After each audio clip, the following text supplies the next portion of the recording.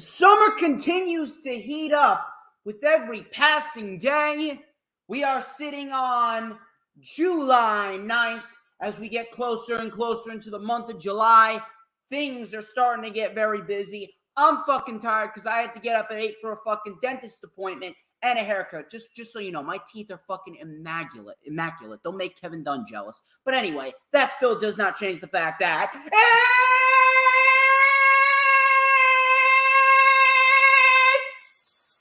Saturday! You know what that means? We're live! Ladies and gentlemen, I'm the one and only D.J. Storms! Yeah, I'm all hyped up, and I would like to welcome each and every single one of you back here to the channel on YouTube.com. As of course, you already know who I am, Mr.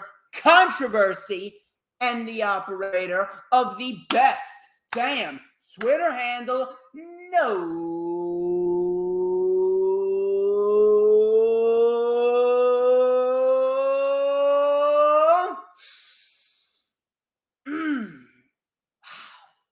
Smell that? Do you smell that? That right there is the smell of excellence. Oh, wait for it.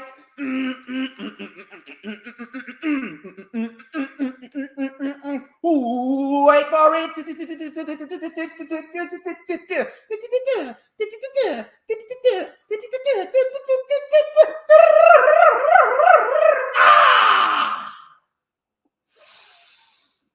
To mankind! And this is the official Lightning Flash update for July 9th, 2022. I'm already sweating. It is hot, I am telling you. It's fucking hot. Nevertheless, we have a lot to talk about. Certainly have a lot to talk about. How is everybody doing? I see Hooligrims in here, Peanuts and DD, and of course, Mcafee coming in as per usual, because he knows, just like everyone else, I am the best in the business. I am the smartest fucking man alive, baby. We have a lot to dissect. We have a lot to go over. Very busy news week. Very busy news week this week regarding pro wrestling. A lot of shit happened. We have a lot of things to look forward to, mainly on AEW and Ring of Honor side of things. WWE, not so much. WWE fucking sucks. What's going on with Vince McMahon? They actually have more stuff going on backstage than they actually do on TV. And that just goes to show you how disinteresting that WWE television really is. Regardless, we're going to go over everything. We got a lot to talk about. We got Bayley preparing for an in-ring return. We got the reason why Liv Morgan won Money in the Bank. We got WWE apparently, according to reports, they're satisfying their audience, quote unquote, and growing their product. Now, I don't use this phrase. This is actually going to be the first time that I'm ever going to use this phrase, but I have to use it because this calls for it. Bitch, where? Bitch, where? Never used that in my life. First time I ever used that. On top of that, we also have the bombshell of Vince McMahon apparently paying millions and millions of dollars to many women over the course of X amount of years to keep them hush-hush because they slept with him. They gave him fucking oral sex. They had sex on his desk right above his picture of the WWE logo and the fucking Tyrannosaurus Rex bones, whatever it may be. And then another big bombshell, Sasha Banks and Naomi. They have been taken off the WWE's internal roster. That is fucking huge news because if that's the case, they could very well be gone. And I hope to God that's the case because both of those women, they are above the WWE. They don't need the WWE. And with them going elsewhere, they're going to help whatever division that they go to next. And WWE is going to continue to suffer And above all else, this is just me being a petty son of a bitch, but I love the fact that Becky Lynch is going to continue to look like a retarded bimbo. I love it. I love it. On top of that, we also got a couple of weekly show reviews. I did not review SmackDown. I did not watch it. I did not take notes on it, so I will not be talking about it. I was actually at the movie theaters last night with my best friend. We went to see The Black Phone, which is a horror movie that I've actually been wanting to see for quite some time now, and I was actually very pleased with what I saw. It was a very good movie. The concept was very nice, very original. Ethan Hawke was brilliant as the villain. Really good stuff right there. I would highly recommend The Black Phone, so I greatly appreciate you guys understanding me there. Plus, at the end of the day, I'm pretty sure nobody here wants to talk about SmackDown. No one here wants to hear me talk about SmackDown because SmackDown undoubtedly is the worst fucking show on WWE TV right now. SmackDown is absolutely fucking terrible in its current state, and no one wants to talk about it. The only reason why they have 2 million viewers is because they're on Fox, which is one of the most watched cable networks on television right now. But I greatly appreciate everyone stopping by. Let's check the chat. We got Charlie Sees All, Hoolagrim, Earl Cole, baby, Mac the Giants fan. We also got Sleeper Sports and Media. How you doing? I greatly appreciate it. You already know I'm the greatest to ever do it. I'm the best here. You want your shot? Well, I guess you wait till next year. Carmelo Hayes' theme song right there. It mainly describes me. Let's be real. When I shoot, I don't miss. When DJ shoots, he don't miss. Carmelo, he's a hit or miss. It usually depends whether he's having a good night or not. I'm fucking around. I love Carmelo Hayes. I think he should absolutely be a future world champion in the WWE. He's great. We also got Alan Holland Jr. I greatly appreciate Mr. Holland. He is a loyal supporter of the channel, has been for last few years now. Before we get into the major stories and the major ramblings, we got a lot of self-brand promotion and advertisements to get through. Obviously, the norm. Please make sure you follow me on social media, which is at HistoryMakerDJS. Once again, at HistoryMakerDJS on both Twitter and Instagram. Both of those links are in the description, as well as the link to my Facebook. You can follow me there. For collaborations and business inquiries, please send me an email. My email is, of course, StormsTakeOver@gmail.com. Please like the official DJ Storms business page, and I may just send you an invite to join the official DJ Storms Posse group on Facebook. That is. Obviously, in addition to the Lightning Flash update, which is going to be taking place every single Saturday at 1 p.m., obviously, this is a later stream. It's 2 p.m. because, again, I had the haircut. I had the dentist appointment. I had to get some stuff done. I greatly appreciate all of you understanding. But we're here live at 2 p.m. But going forward, obviously, the LFU is live at 1 p.m.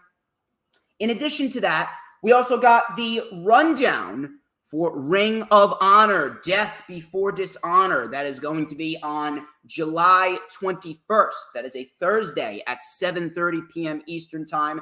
The rewind for a Ring of Honor Death Before Dishonor, that's going to take place on July 24th at 2 p.m. Eastern Time. That is a Sunday. Then we got the rundown for SummerSlam. That's on July 28th at 7:30 p.m. Eastern Time. And then the rewind for SummerSlam on July 31st, Sunday at 2 p.m. Eastern Time. So a lot of big, major rundowns and rewinds and shows that I think everyone here is going to be looking forward to. So please make sure you set your calendar dates there. Also, on April 4th, not April 4th. I don't know why I keep on fucking saying April. August 4th. I apologize. August 4th. We are going to do a rundown for AEW Battle of the Belts Part 3. And then, of course, on Tuesday, not Sunday, I'm actually moving it to Tuesday for now. On Tuesday, August 9th, we are going to do a rewind for AEW Battle of the Belts Part number 3. So a busy month indeed. A very busy month. And then, obviously, we got the Clash at the Castle and All Out Weekend. That's going to be hectic. That's going to be packed. A lot of content coming out that week. But a big major milestone actually is coming next Saturday. We are 1 week away from the 5-year anniversary of when I launched on YouTube.com. That is right. 5 years of DJ Storms, if you can believe it. Time goes by faster than I can even imagine. I still can't believe I've been doing it for 5 years. Now that I've been doing it for 5 years, it's time to evolve. It's time to get down and dirty. It's time to take things to the next level. And I will be taking things to the next level because next Saturday, I will be making my official debut on the Hardcore Sports YouTube channel, Twitch, Twitter. Hardcore Sports, they're going to get a little dose of controversy because Mr. Controversy is officially debuting. I will be streaming live on 6, that is right, 6 media platforms for Hardcore Sports. I'm going to be streaming live on the DJ Storms Posse Facebook page, my Twitter at HistoryMakerDJS, the Hardcore Sports YouTube channel, which of course the link is in the description. Please go subscribe to them. The Hardcore Sports Twitter, link also in the description, and the Hardcore Sports Twitch, link is also in the description. You could also follow Hardcore Sports on Instagram at Hardcore Sports Network. Hardcore Sports and myself, I'm very, very happy to be partnered up with them. They are a group of great individuals, including Mcafee and Mac, the Giants fan. I had Mac on the show to preview and predict Money in the Bank. He is an awesome guy. I'm very, very proud to have had him on the channel, and I hope to work with him very, very soon in the near future once we get Hardcore Sports up and running with everyone doing their own shtick on the channel.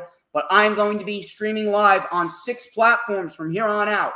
Twitch, Hardcore Sports Twitch, Hardcore Sports Twitter, Hardcore Sports YouTube, my YouTube, the DJ Storms Posse Facebook page, and my Twitter account. It's going to be big. It's going to be legendary. Legend, wait for it, dairy. I am telling you, you are not going to want to miss it. It's going to be a big, big celebration of 5 years, and we're going to go over all the latest news, rumors, and reports, the hottest and juiciest rumors, the juice. Everybody loves good juice when it comes to professional wrestling rumors and news. Trust me on that. Next week, next Saturday, 1 p.m. Eastern Time, 5 years of DJ Storms. Very special edition of the Lightning Flash update. Do not miss it, 1 p.m. Eastern Time on all those social media platforms that I just named, and you can check them all out in the description. All the links are down there. We are 12 minutes into the stream. If you haven't done this already, I don't know what the fuck you're doing or why the fuck you're even coming in here. We need likes. We need likes. I'm only seeing 10. You see, that's a problem. When you come on in, you have to immediately like the stream. It's incredibly vital. It's insanely vital. If you're not coming in here to like the stream, then I don't know what the fuck you're doing here. When you come in, you like the stream. It's the rules. Them's the rules, or I kick you the fuck out, okay? You understand? Okay, get it, got it, good. Like the stream when you come on in, okay? And when you do that, you got to make sure that you share out the stream on all platforms of social media. I'm talking about Twitter, Instagram, Pinterest, Tumblr, Twitch. If you have Twitch, you can share it on Twitch too. Snapchat, TikTok, whatever social media platforms that you may use. Share it out. Get as many people in here as possible. So that way they will know that DJ Storms is live on YouTube, and DJ Storms is going to be debuting on Hardcore Sports next Saturday, baby, for the 5-year anniversary. You get it? You got me? Please make sure you hit the like button when you come on in. And of course, after you hit that like button, please make sure you hit the subscribe button. The subscribe button is ultra, ultra, ultra important, whether it be on my channel, whether it be on the Hardcore Sports channel. It's incredibly vital that you do so that way we can get more followers, we can gain a bigger following, we can get more views, more likes, and we could get paid potentially. So that way Hardcore Sports and the Hardcore Sports crew, we're looking to replace ESPN. ESPN is going to go down the fucking tube while we are going to take that shit over, okay? Please make sure you share it out and get as many people in here as possible. Hit the subscribe button, hit the like button, and of course, hit the notifications bell with a huge coup de grace. That way you will know whenever I pop up on YouTube. Because whenever I pop up on YouTube, baby, it is the best time to be on YouTube. And Earl Cole's here. He's going to get to witness it on his vacation in Connecticut. It is the only time when you going to get to see this glorious sideburn chin strap combination. This beautiful mustache right here. I touched it up today. I got a haircut today. It's a little bit thinner. It's not as scraggly, not as thick, but it's still fucking great. And of course, I touched up the top of the head too. So that way we can light it up We can light it up. We can light it up right here on the channel with a little and a dash of and a whole lot of because like Campbell's soup, you know the drill. I'm so good. Everybody wants a piece of the Storms Meister. They gonna be singing DJ Storms Possibilities. Anyway.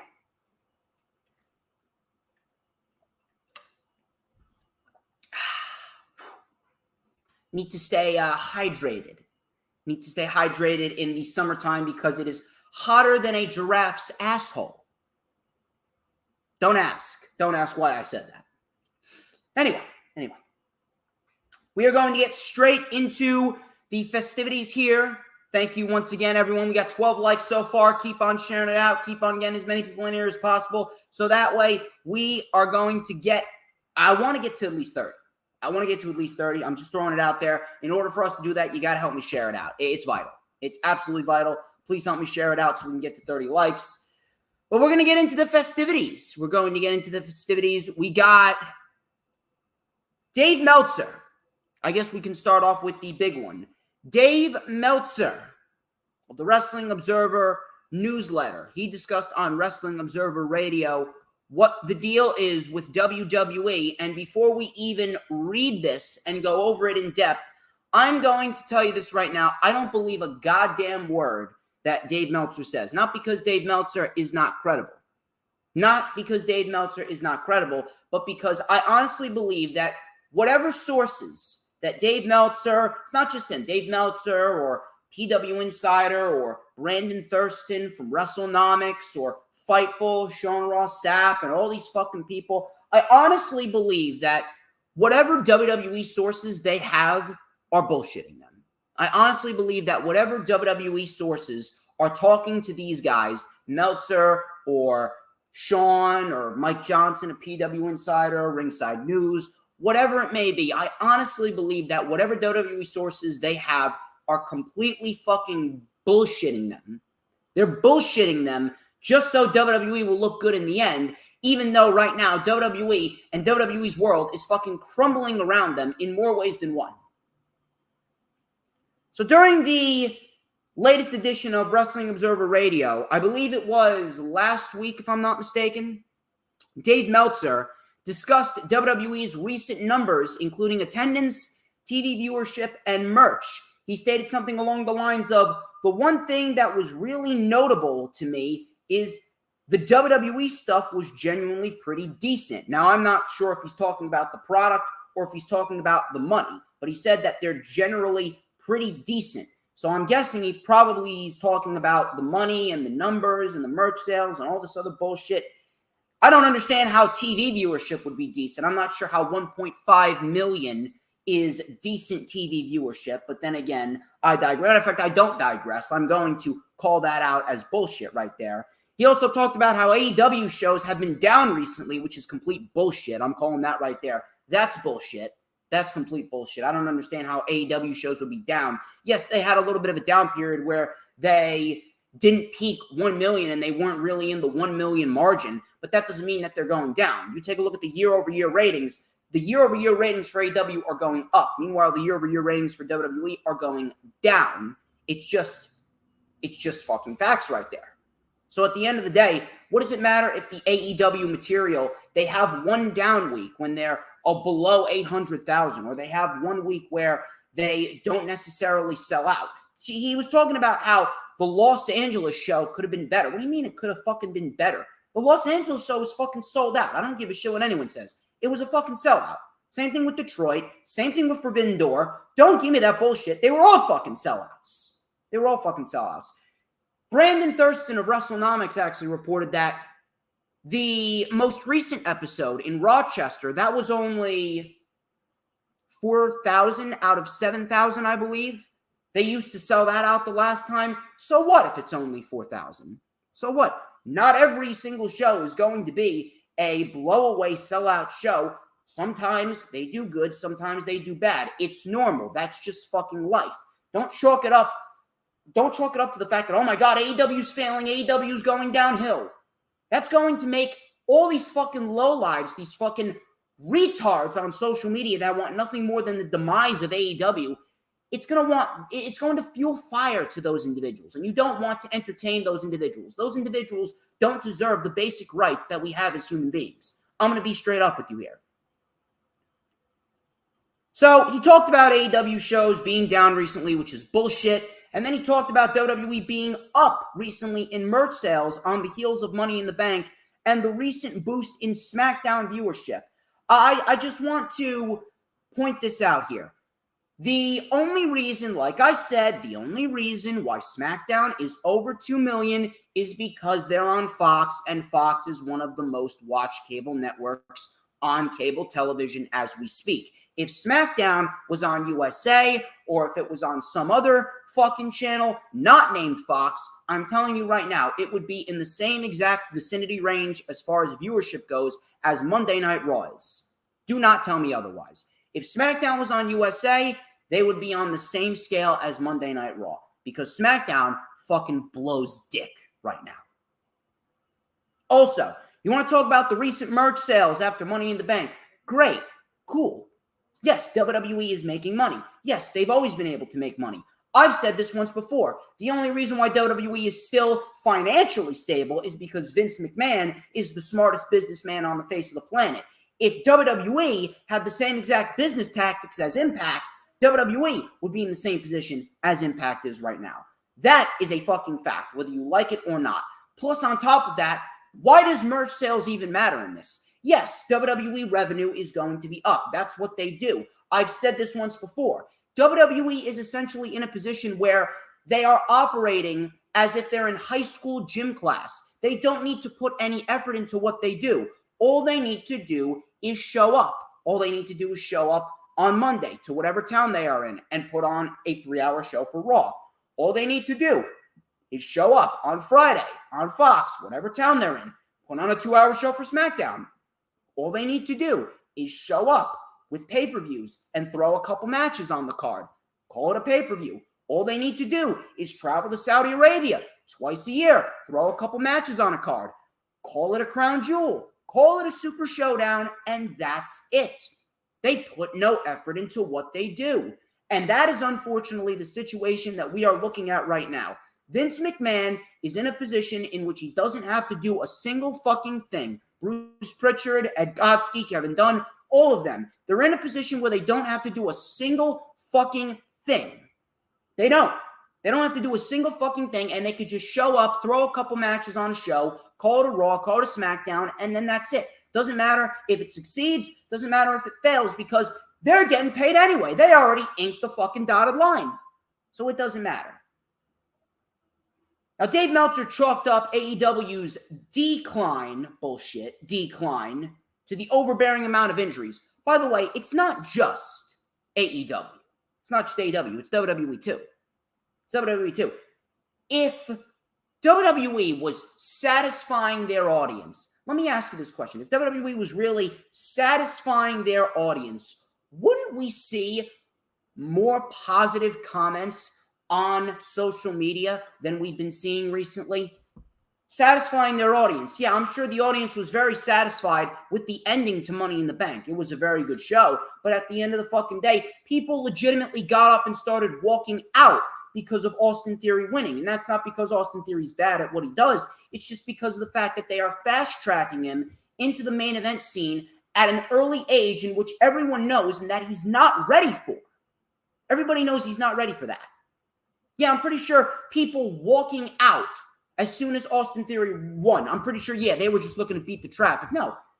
If someone that they actually cared for won and someone that they actually wanted to win won, then they would have stayed for the celebration. But as soon as Austin Theory unhooked that briefcase, they started walking out. Yeah, I'm pretty sure that's really satisfying their audience. Yeah, I'm pretty sure 1.5 million fucking viewers on Monday Night Raw this past Monday for the 4th of July episode. Yeah, I'm pretty sure that's satisfying their audience. And don't give me this fucking bullshit. Oh, well, you know, it's still higher. It's still higher than WWE. I don't give a shit if it's higher than AEW or not.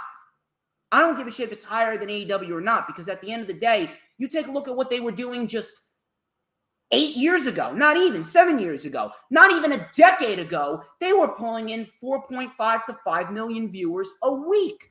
Where did all those viewers go? They stopped watching because the product fucking sucked balls. That's what. And WWE is only going downhill from here. They pulled some of the lowest ratings that they've ever fucking pulled in the history of Monday Night Raw this year alone. I don't give a shit whether you want to compare them to AEW or not, because at the end of the day, they're not comparable. AEW Dynamite's been around for not even 3 years. Rampage hasn't even been around for a year. And people are already trying to compare this to what WWE is doing. Meanwhile, WWE's been around for 30 fucking years, almost 30 years with Raw, and almost 25 years with SmackDown. And the fact that they can barely peak a 2 million with SmackDown, especially when they peaked 4 million for SmackDown on Fox just less than 3 years ago, and they can't even peak a 1.8 million on Raw, even with John Cena. With John Cena, they couldn't even get a 2 million rating. Meanwhile, AEW, they've had multiple 1 million ratings this year. WWE, they've only peaked 2 million once, and that was because of the night after WrestleMania and Cody Rhodes' return.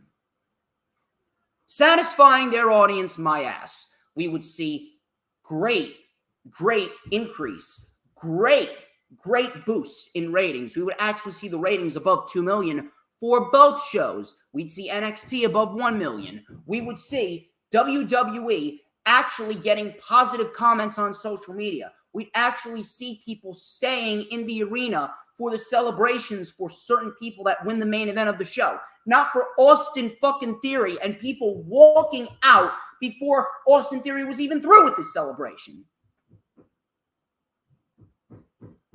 Absolutely fucking stupid. Yeah, I'm pretty sure the fans really got what they want on Monday Night Raw when they were sitting on their hands and knees, dead quiet for a fucking Seth Rollins match. Meanwhile, Seth Rollins is one of the best in the world, and the fans are dead fucking silent for him during a 4th of July holiday episode when he's fighting Ezekiel. Yeah, I'm pretty sure that's really satisfying. The silence is the most deafening sound that you could ever hear if you're in pro wrestling and you're in that business. When it's silent, the people don't give a shit about you whatsoever. Yeah, I'm pretty sure that they're satisfying their audience.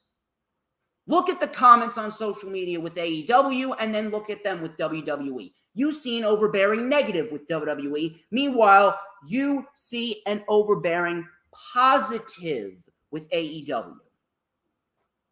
I'm sorry, but AEW is not on the decline. Whatever you want to chalk it up to, I don't give a shit. Do not fucking tell me that they're on the decline. Do not fucking tell me that WWE is on a popularity boost, because they're not. And especially with all these recent stories and more dirt on Vince McMahon coming out, we're going to see those ratings decline quicker than you could ever expect.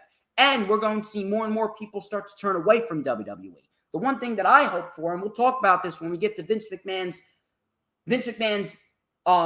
big hullabaloo that came out this week, more scandals, scandal after scandal after scandal after scandal with Vince McMahon. We're going to talk about that as well. I hope to God that this leads to his ultimate demise. I really do.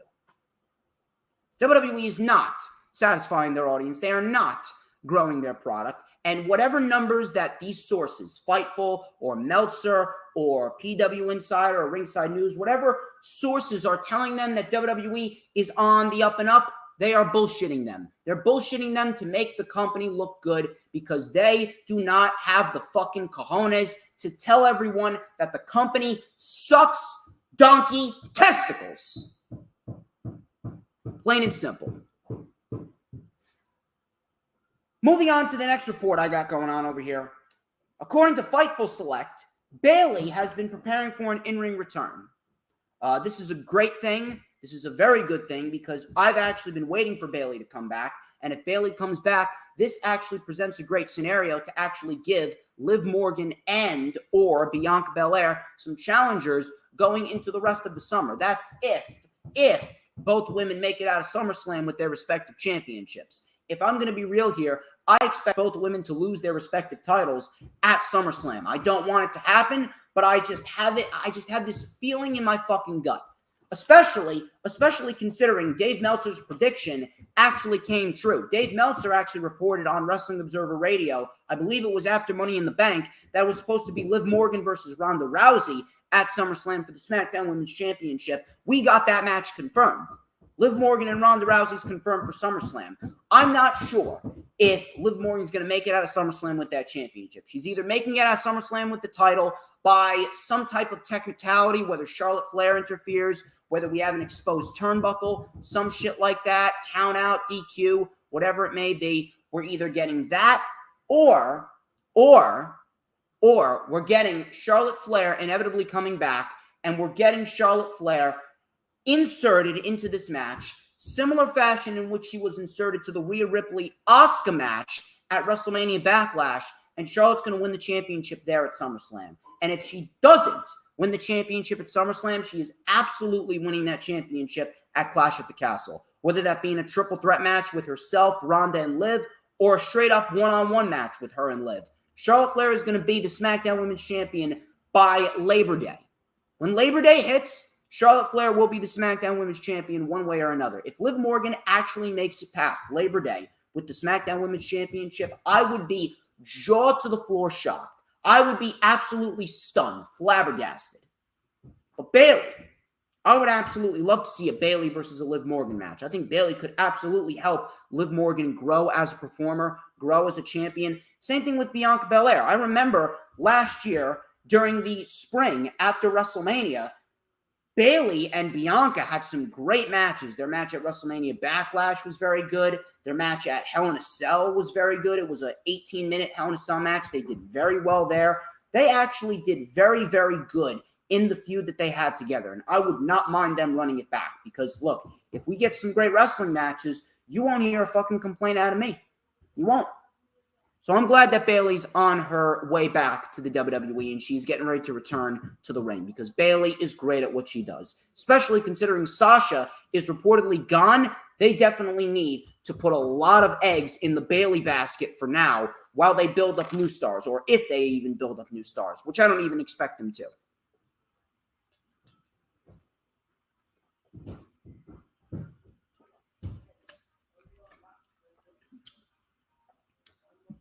Moving on, we got a report from GiveMeSport.com, and apparently GiveMeSport.com is reporting that Tyson Fury is in talks with WWE over a potential return this summer. I'm actually very fearful of this. I'm very fearful that this could end up coming true, and I'm telling you right now, no one wants to see this shit. Nobody wants to see this shit because at the end of the fucking day, Tyson Fury, even though he did better than many people expected, there's no way that he's going to live up to the most recent string of celebrity appearances. Bad Bunny did fantastic. Logan Paul did fantastic. Pat McAfee did fantastic. Even Shaquille O'Neal last March was fucking great in that mixed tag team match with Jade Cargill, Cody, and Red Velvet. That was great. Shaquille O'Neal did excellent in that match. Tyson Fury isn't going to live up to those guys. Tyson Fury is a fighter. He's not a professional wrestler. He doesn't do cardio. He's not a cardio guy. And if you take a look at his most recent pictures, the last time I remember watching him, he was kind of out of shape. He had a little bit of a gut there. He had a little bit of rolls in his gut. So I don't think that Tyson Fury would be able to go too well if he does end up coming back to the WWE. And on top of that, I don't even think Drew McIntyre would be able to bring him to a great match. And that's not because Drew McIntyre is bad at what he does. Drew McIntyre is one of the best that the company has. Drew McIntyre is definitely up there with the underappreciated lists of talent. Drew McIntyre is phenomenal at his job. Drew McIntyre is great, and Drew McIntyre deserves a lot of respect. But a match with Tyson Fury, that's just pretty much throwing the load on Drew McIntyre and pretty much saying to him, hey, you know what? We have all this shit to do, and we're entrusting you with Tyson Fury, even though we know he can't get the job done, but we're doing it for the likes, we're doing it for the social media attractions and the fucking ESPN headlines, so we're just going to gift it to you. That's not really a good way to repay Drew McIntyre for being loyal to this shit company for as long as they've been loyal to this shit company. And on top of that, it's not a good way to present Drew McIntyre if Drew McIntyre is going to be the undisputed WWE Universal Champion and he needs to go through Tyson Fury in order to get a match against Roman Reigns for the undisputed WWE Universal Championship. Seriously. It is not a very, very, very good strategy to bring Tyson Fury back. I don't know what Tyson Fury's status is. I've never been a fan of MMA. I've never been a fan of the Ultimate Fighting Championship or any of that shit. I'm not a fan of it. Not a fan of it. It's just not entertaining to me. So if that shit's not entertaining to me, then I don't want to see Tyson Fury on WWE TV. Not everyone's going to be a Ronda Rousey. I'm talking about her first run, not this run, because this run that she's been on sucks. I'm talking about her first run. Not everyone's going to be a Brock Lesnar. Not everyone is going to be a Matt Riddle. Not everyone is going to be a Ken Shamrock. Not everyone is going to be like that. Not everyone is going to have all of that star power and the natural ability to be a professional wrestler. No one is going to be like that. Nobody. Tyson Fury's not going to cut it. Seriously, he's not. The last time that we saw him, he did better than expected, but it was boring. It was boring as shit. He was fighting Braun Strowman. It did not work out well. Nobody wants to fucking see it, and this shit should not even be in the conversation. Seriously, should not even be in the conversation when it comes to celebrity appearances. You already signed Logan Paul. You're already bringing back Pat McAfee. That's enough. That's enough. Focus on building new stars. Focus on building up new stars at the right pace. Focus on building up new stars the right way, not fast-tracking them, not overexposing them, and leave Tyson Fury be. Tyson Fury, if you want to make him a fucking ambassador, if you want to have him as a celebrity guest appearance, fine. But do not have him get in the ring. Do not have him get in the ring.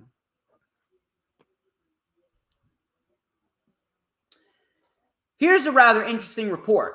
Here's a rather interesting report that's not really getting too much traction. It's really not getting enough attention, if we're going to be real here. While speaking on The Ringer's Masked Man show, AEW president and CEO Tony Khan said he would be open for a joint collaboration with World Wrestling Entertainment. He stated, and I quote, "I'm not sure if that's going to happen, AEW and WWE doing a joint show, but I would be open to talking about that type of thing. It's not crazy, but it's a bold prediction." End quote. What this does, it really does speak to everyone what kind of man Tony Khan is. And I don't want this to turn into a Tony Khan shill fest right here, but I want you guys to think about this logically. For everyone that has a working, functioning brain knows that WWE has done everything in their power to kill AEW. They have done everything in their power, and their intentions are clear. They want AEW to die a miserable death. They do not give a shit about pro wrestling. They don't care about the overall health of the industry. They want to monopolize everything. They want AEW to die, and they have done every possible thing in the book, minus raid Jacksonville and try and get Tony Khan to shut down the promotion altogether.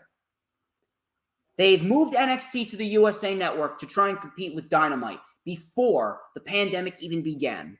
They tried to make it seem like AEW was endangering their women, the self-mutilation of women, blah, blah, blah, blah, blah. They did that shit. They said that AEW is nothing but blood and guts. They said it's not real pro wrestling. They've done all this shit. They've tried to invalidate AEW. They've tried to invalidate their success. They tried to leak the fucking Fast Nationals to all these fucking WWE cock rioters. They've done everything in their power to invalidate the success of AEW. They've said that they're not competition. They've done everything to try and make sure everyone knows that AEW sucks, in their mind at least, because they fucking suck themselves. But they're not going to openly tell you that they are doing wrong and AEW is doing right, because WWE does not admit when they're wrong. But think about that. After everything that WWE has done to invalidate Tony Khan and and neglect the success of AEW and try and deny the fact that AEW is kicking their ass when it comes to putting on weekly television shows, how much does that speak to the fucking character of Tony Khan that he would be willing to do a joint collaboration show with the WWE, even after everything that Vince McMahon and WWE has tried to do to try and kill his own company? If anything, Tony Khan deserves a hell of a lot more fucking praise than he gets right now. He gets shit on way too often. He deserves a hell of a lot more praise.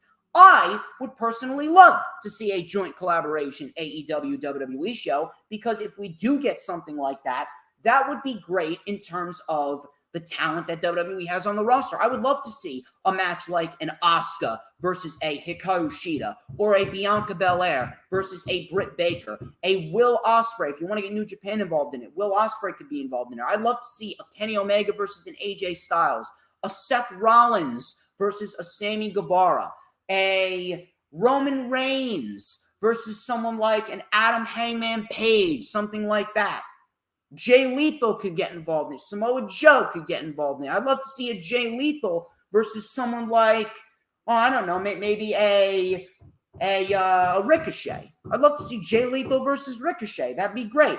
I would love to see, who else is that? I'd love to see a Drew McIntyre versus someone like a Wardlow. That's great. That's some brilliant fucking strategy. That would be great TV. That would make for a great pay-per-view. That would be awesome. But we're never going to see that. We're never going to see that because A, WWE does not play well with others. A, they don't play well with others. B, they're legitimately looking to monopolize everything. And C, WWE would not be man enough, Vince and Bruce and all these fucking stooges, they won't be man enough to admit that AEW is legit competition, and they would be open to working with them. The only company that I could actually see them working with would probably be an Impact, because they have easy access to monopolize Impact. Because with WWE, they could make Impact look like shit, and their own talent would look great. Meanwhile, with AEW and WWE, that's not going to be the case. You take a look at all the matches that we saw at Forbidden Door. Win or lose, the New Japan guys looked great against the AEW talent. We would never see that if WWE was collaborating with another promotion. WWE would bury the other promotion's talent, and they would make everyone on their roster look good, while the other promotion's talent would suffer, and they would look like they would look like bums. They would look like jobbers. But it speaks a lot to the character of Tony Khan. Speaks a lot about Tony Khan's overall mentality, about how he wants pro wrestling to thrive. Maybe in the future, if we see Stephanie and Triple H getting the reins of power, which I don't think they will, but if we do see them get the reins of power, then maybe we could see a joint collaboration show. But I would not bank my money on it. I wouldn't, unfortunately.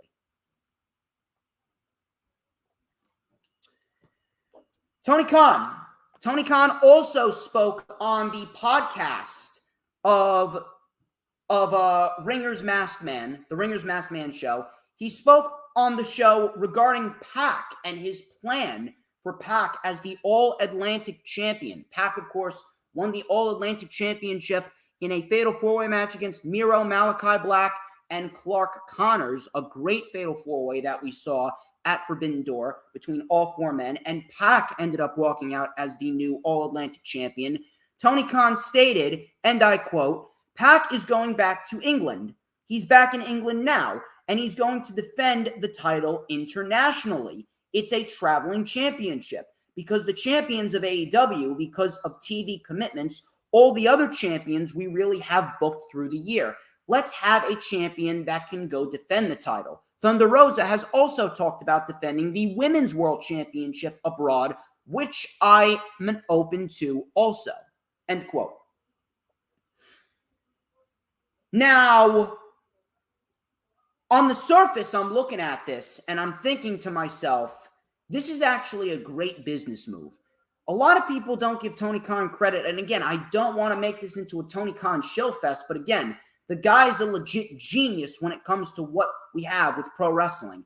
He is also a great businessman. This is a great business strategy, because with Pac as the All-Atlantic Champion, traveling across the globe, since he goes to England and everything, we could very well see Pac gain AEW more international exposure. Same thing with Thunder Rosa. If Thunder Rosa is going to defend the championship in Japan, that's going to help AEW gain more eyes in Japan. Now with Pac defending the All-Atlantic Championship in the United Kingdom, we're going to see the All-Atlantic Championship in the United Kingdom, and people are going to look at, oh man, this is Pac. He's an AEW superstar. He's wearing an AEW championship belt. I think I'm going to start watching AEW. This could very well lead to business deals between AEW and the United Kingdom. You know for a fact that Tony Khan wants to travel across the United Kingdom and he wants to do a show in the United Kingdom. You know he wants to. And you know he's going to do whatever he can to get that fucking show. With Pac as the All-Atlantic champion, that could very well happen sooner rather than later. You know that they're going to want to put Pac on an All-Atlantic championship match in the United Kingdom for whatever show that they have. That would be great. That would be awesome. The one criticism that I have about this is that I don't want Pac to be a non-entity on AEW TV. I do not mind Pac going over to the UK, traveling around with the championship and defending it. I don't mind that, but I want to see Pac on AEW TV, on a Dynamite, on a Rampage, or a pay-per-view or a special event, and I want to see him have a couple of title defenses on AEW TV. Now, that being said, it was announced that on AEW Dark next week, I believe it is the 12th. I believe it's July 12th, if I'm not mistaken. So on July 12th, we're going to get to see the full match. We're going to see the full match between Pac and Shota Umino for the All-Atlantic Championship. That's being showcased on Dark. Now, that reportedly already happened. I actually got no issue with that. I think that's actually a brilliant strategy. I think that's actually going to make some more people go out of their way to watch Dark. I'm going to want to see that match. Matter of fact, I think I may watch Dark just to review that match here on the channel. I think I'm going to review that match right here on the channel. Pac and Shota Umino. That is a great thing. That's a great strategy. It's a great thing to see. But again, I don't want Pac to become a non-entity on TV. Pac has waited this long.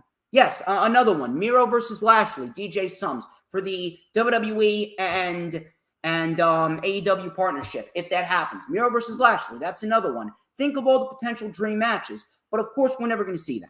We're never going to see that. Maybe even Lashley versus Archer. Lashley versus Archer. That would be great. Lashley versus Luchasaurus. Moxley and Rollins. Moxley and Rollins. There you go. Moxley and Reigns. A lot of great shit. Edge versus Christian. There's another one. But, yeah, we got Pac and Shota Umino. That's going to be a great match. I'm very interested to see how that title defense works out. But again, the one thing that I do not want Pac to become a non-entity on TV. I would love to see Pac on TV. As long as he's on TV here and there, defending the title on a Dynamite, a Rampage, or a pay-per-view or a special event, you know what? I don't have a problem with it. I would love to see him on a Battle of the Belts, defend the championship against whoever. I just do not want to see Pac not on AEW TV. I don't want him to just be AEW's poster boy for the foreign shows. Oh, hey, look, here's Pac, here's the All-Atlantic champion. Come and watch AEW. I don't want Pac to just be an AEW poster boy. I legit want Pac to go out there, and I want him to have a prominent spot on AEW TV. That's my only criticism there. But obviously, we're still in the early stages. Pac hasn't even held the championship for 3 weeks. We're going to wait and see how it plays out. But this strategy, I will say, great business strategy.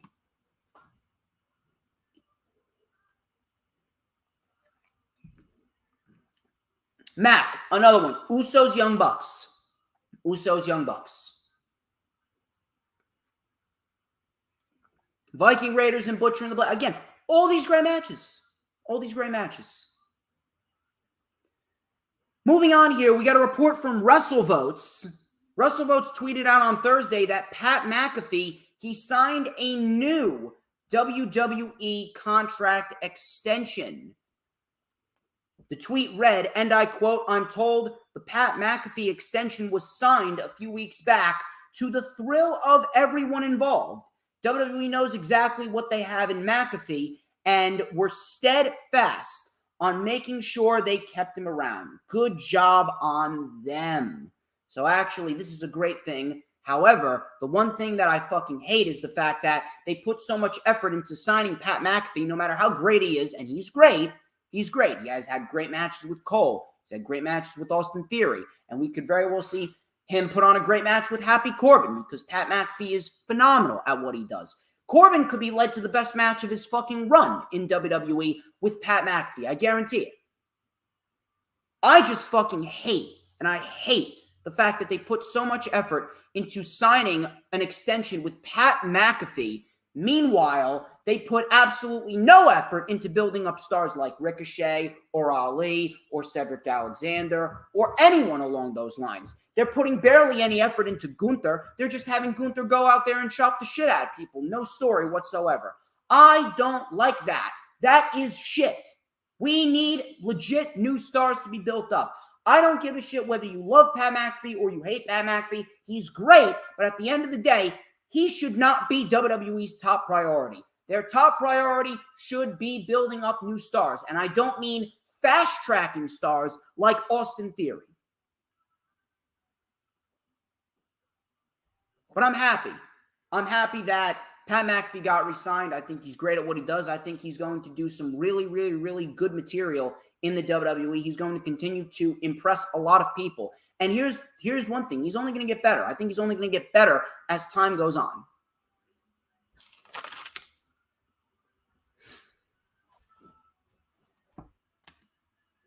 Originally, I actually thought that the report of WWE satisfying their audience, which we talked about in the beginning, I actually thought that that was going to be the biggest piece of news.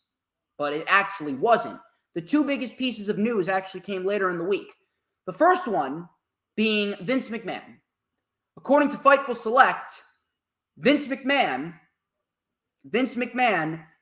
he shouted in Gorilla, reportedly, when he returned from Gorilla on the June 17th edition of SmackDown, after he came out and he was literally on TV for all but 45 to 50 seconds, talked about then, now, forever, did his usual Vince McMahon strut, and then left. He came through Gorilla and said, fuck him. He shouted, fuck him, in response to the allegations and in response to all of the fans that thought that he was going away. Then, Wall Street Journal and Fightful provided yet more updates on more scandals that Vince McMahon was involved in. One source actually noted that John Laurinaitis is on the verge of being fired. So good. Goodbye, John Laurinaitis. You will not be missed. You are an absolute piece of garbage if I've ever seen one. You're an absolute piece of garbage. You're just as big of a piece of garbage as the people that think abortion is healthcare. Fuck them. Fuck John Laurinaitis. The Wall Street Journal, they reported two big bombshells about Vince McMahon. The first one was the fact that Vince McMahon paid $2 million, or $12 million rather. I almost said $2 million. $12 million to 4 separate women over the course of X amount of years in relations to some scandals. Keep them hush-hush, so that way they won't disparage the company.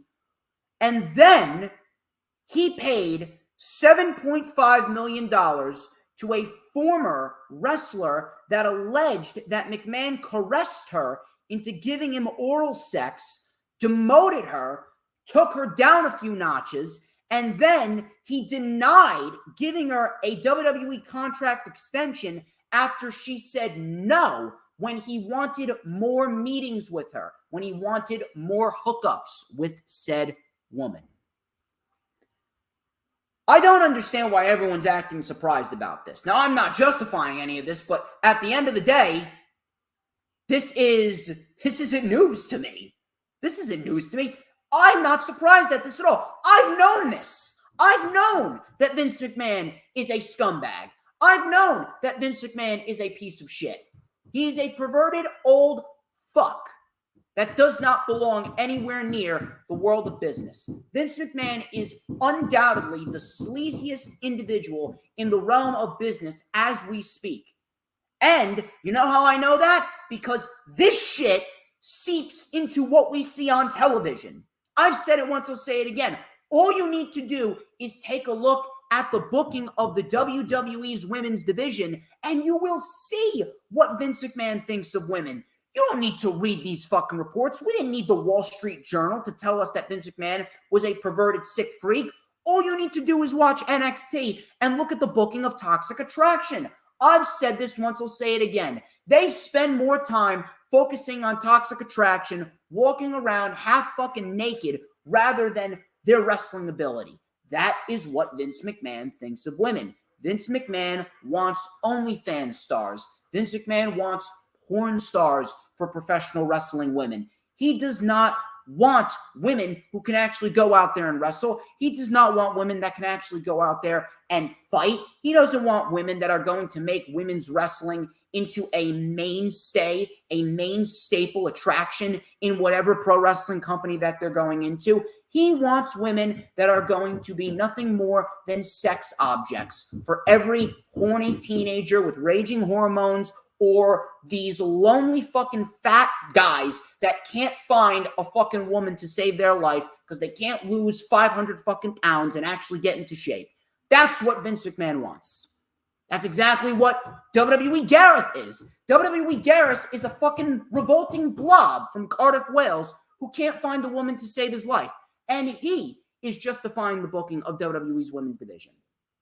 That's exactly what Jobber Nation is. Jobber Nation is a 700-pound obese motherfucker who does nothing but praise Vince McMahon. So at the end of the day, I'm not surprised at this. I'm not surprised at this at all. Look at what we have with the women's division on the main roster. 2-minute matches. 2-minute matches, 3-minute matches. They're pushing women who don't even know how to fucking wrestle. They are booking the women so horribly. They're booking the women like legitimate bimbos. Natalya and Carmella. Look at the promo that Natalya and Carmella cut on Monday Night Raw. They sounded like retarded bimbos. They sounded like retarded bimbos on Raw in the ring with Liv Morgan. It's pathetic. It's absolutely pathetic. I am not shocked at this at all. The one thing that I am hoping for, I am really fucking hoping that this is going to increase the chances of Vince McMahon stepping down. But unfortunately, I don't have any faith. And I don't have any faith because, again, Vince McMahon, he is affiliated with the greatest lawyer on the face of the planet. Jerry McDivitt is not going to allow anyone to take Vince McMahon down because Jerry McDivitt is getting paid all the money in the fucking world. Jerry McDivitt is as rich as you can get. Why? Because Vince McMahon has all this fucking money in the world, so Jerry McDivitt would legitimately sacrifice his own fucking life to make sure that Vince McMahon gets away scot-free, even though we all know damn well that Vince McMahon is guilty as all hell of doing this, and he's an absolute piece of trash. I don't really know what else to tell you. I, unfortunately, do not see Vince McMahon going anywhere. It's not going to go anywhere.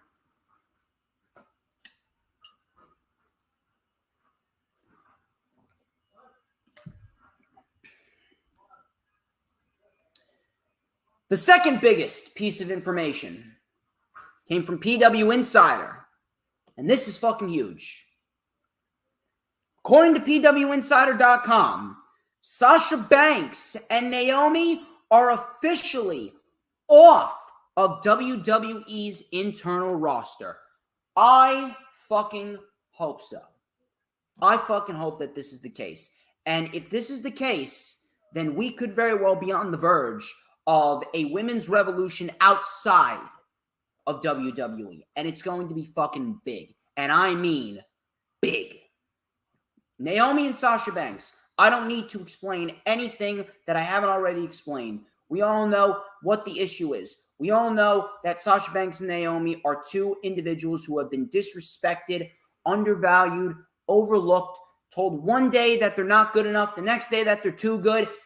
Everything far and few in between. They have been absolutely shafted in more ways than one. Sasha Banks has been made into a one-hit wonder. Naomi's never been given an opportunity at a top spot. And now they finally decided enough is enough. They walked out.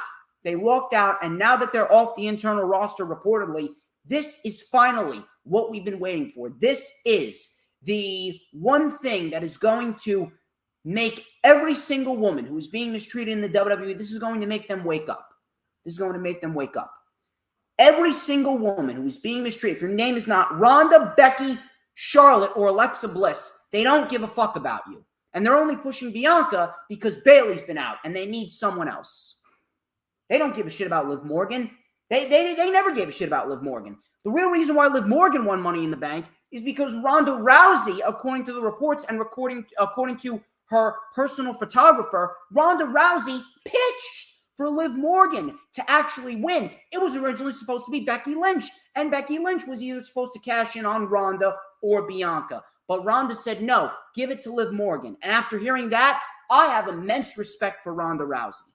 I have an immense amount of respect for Ronda Rousey. Good on her. Ronda Rousey just went and showed everyone that she is the most selfless individual in the entire fucking company in the women's division as we speak. And she's not even a full-time performer. So good on Ronda Rousey.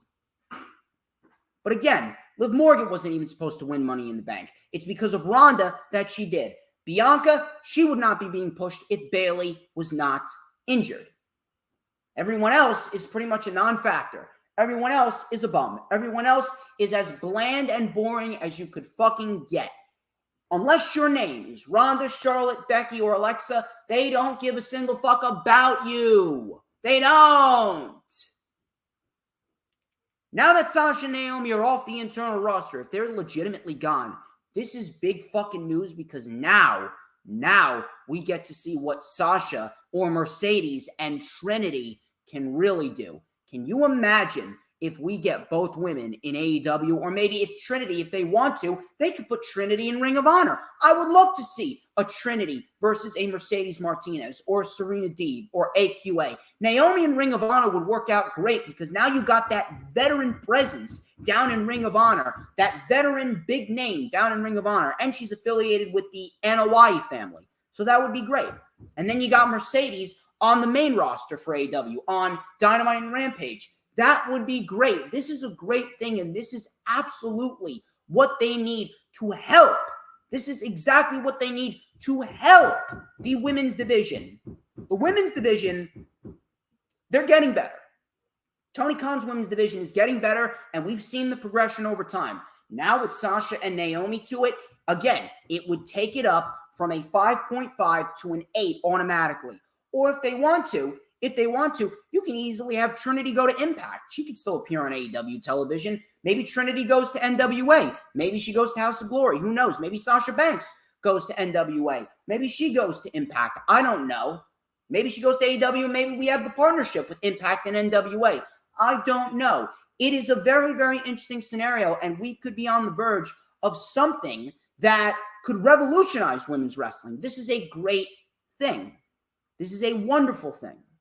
I hope to God that this is true. I would love to see Trinity in Ring of Honor fighting Serena Deeb and fighting women like that. Miranda Alizé, anyone along those lines. Penelope Ford, she's all right. Ruby Soho, if they want to bring her down there. I would love to see a Mercedes possibly in Ring of Honor fighting a Serena Deeb, or on AEW TV fighting a Britt Baker. This is a wonderful thing. And if this is the case, I am so fucking glad.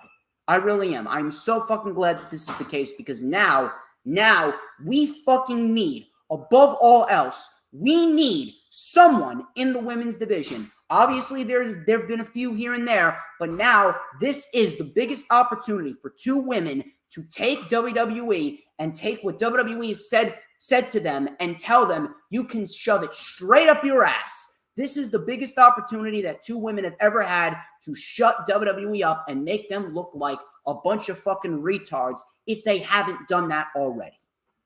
This is big. This is major. Whether you want to admit it or not, Sasha going to AEW is a game-changing signing. Trinity going to Ring of Honor, that's big. That is fucking big. And that could be the gateway for many more women that actually would love to make a name for themselves on the independent scene or away from WWE in an AEW or an Impact or an NWA or an MLW or wherever. House of Glory, wherever. This is big. This is big. Those are your news, rumors, and reports for the time being. If anything else comes up, of course, I will be sure to let you guys know. Let's check the chat. Thank you to everyone who's currently in the chat. Thank you, Mac the Giants fan, for sticking around. Thank you, DJ Sums, Danielle Wolf. Thank you to Miss Lisa Wardlow. I hope you had a great time. Thank you, Adam Carl. Please make sure you hit that like button. Thank you, Bob Frapples. You are fantastic at what you do. Please, if everyone could, what's up? Courtney Holland, how are you? We got 12 people in the chat. Chat's rocking and rolling. I need more likes. We are 2 likes away from 20. Here's what I want. We're going to get into the weekly show reviews right now. I want everyone to hit that like button if you haven't already done so and share the stream out on all platforms of social media. We got 13 people watching. Let's get as many people in here as possible. I am fucking hyped up. Let's go. Share it out. All platforms, social media. Get as many people in here as possible and hit that like button now. It's vital. Anyway, we're going to get into the weekly show reviews. Once again, no SmackDown review. I did not cover it. I went to the movies to see The Black Phone, which was a very good movie. Ethan Hawke was brilliant as the grabber. I would highly recommend it. And fuck SmackDown. SmackDown sucks. SmackDown absolutely blows possum dick. Trying to think of new words. Trying to think of new animals. We got possum dick. We got elephant cock. We got a hippopotamus's nutsack. Whatever you may say, SmackDown sucks all of it. Anyway, Raw's no better. I covered Raw because, again, I was available. I was available to cover Raw. So, this was the 4th of July edition of Monday Night Raw. Very, very boring. Very, very flat. Very, very uneventful Monday Night Raw. The one thing that kind of stuck out to me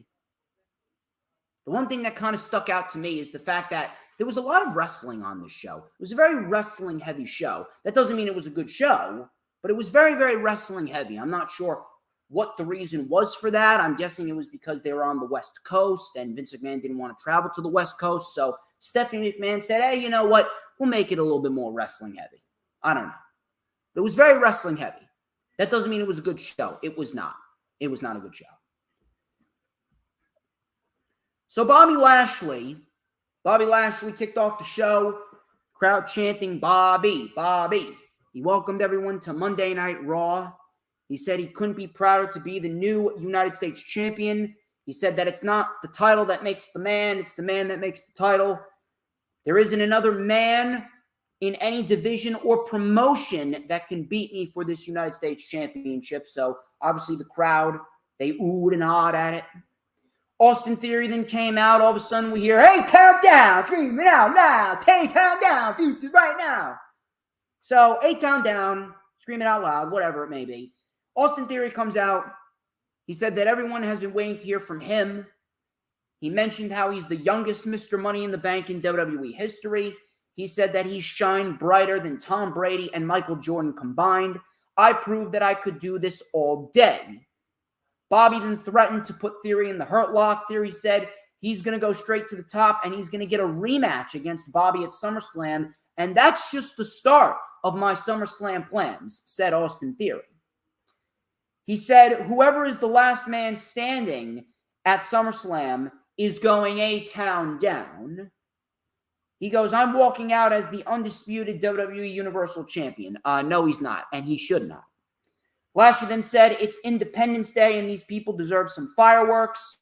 Theory then with a cheap shot to Lashley. Lashley recovered and delivered a big spine buster to Austin Theory, and that was pretty much it. So the promo and the back and forth wasn't bad. The promo was pretty decent, but again, I really don't care. But the one thing that stuck out to me is the fact that Austin Theory is not facing John Cena. I'm not sure why that happened. I'm guessing because John Cena said, fuck this, and I am not going to be going to SummerSlam to fight Austin Theory at this stage of the game.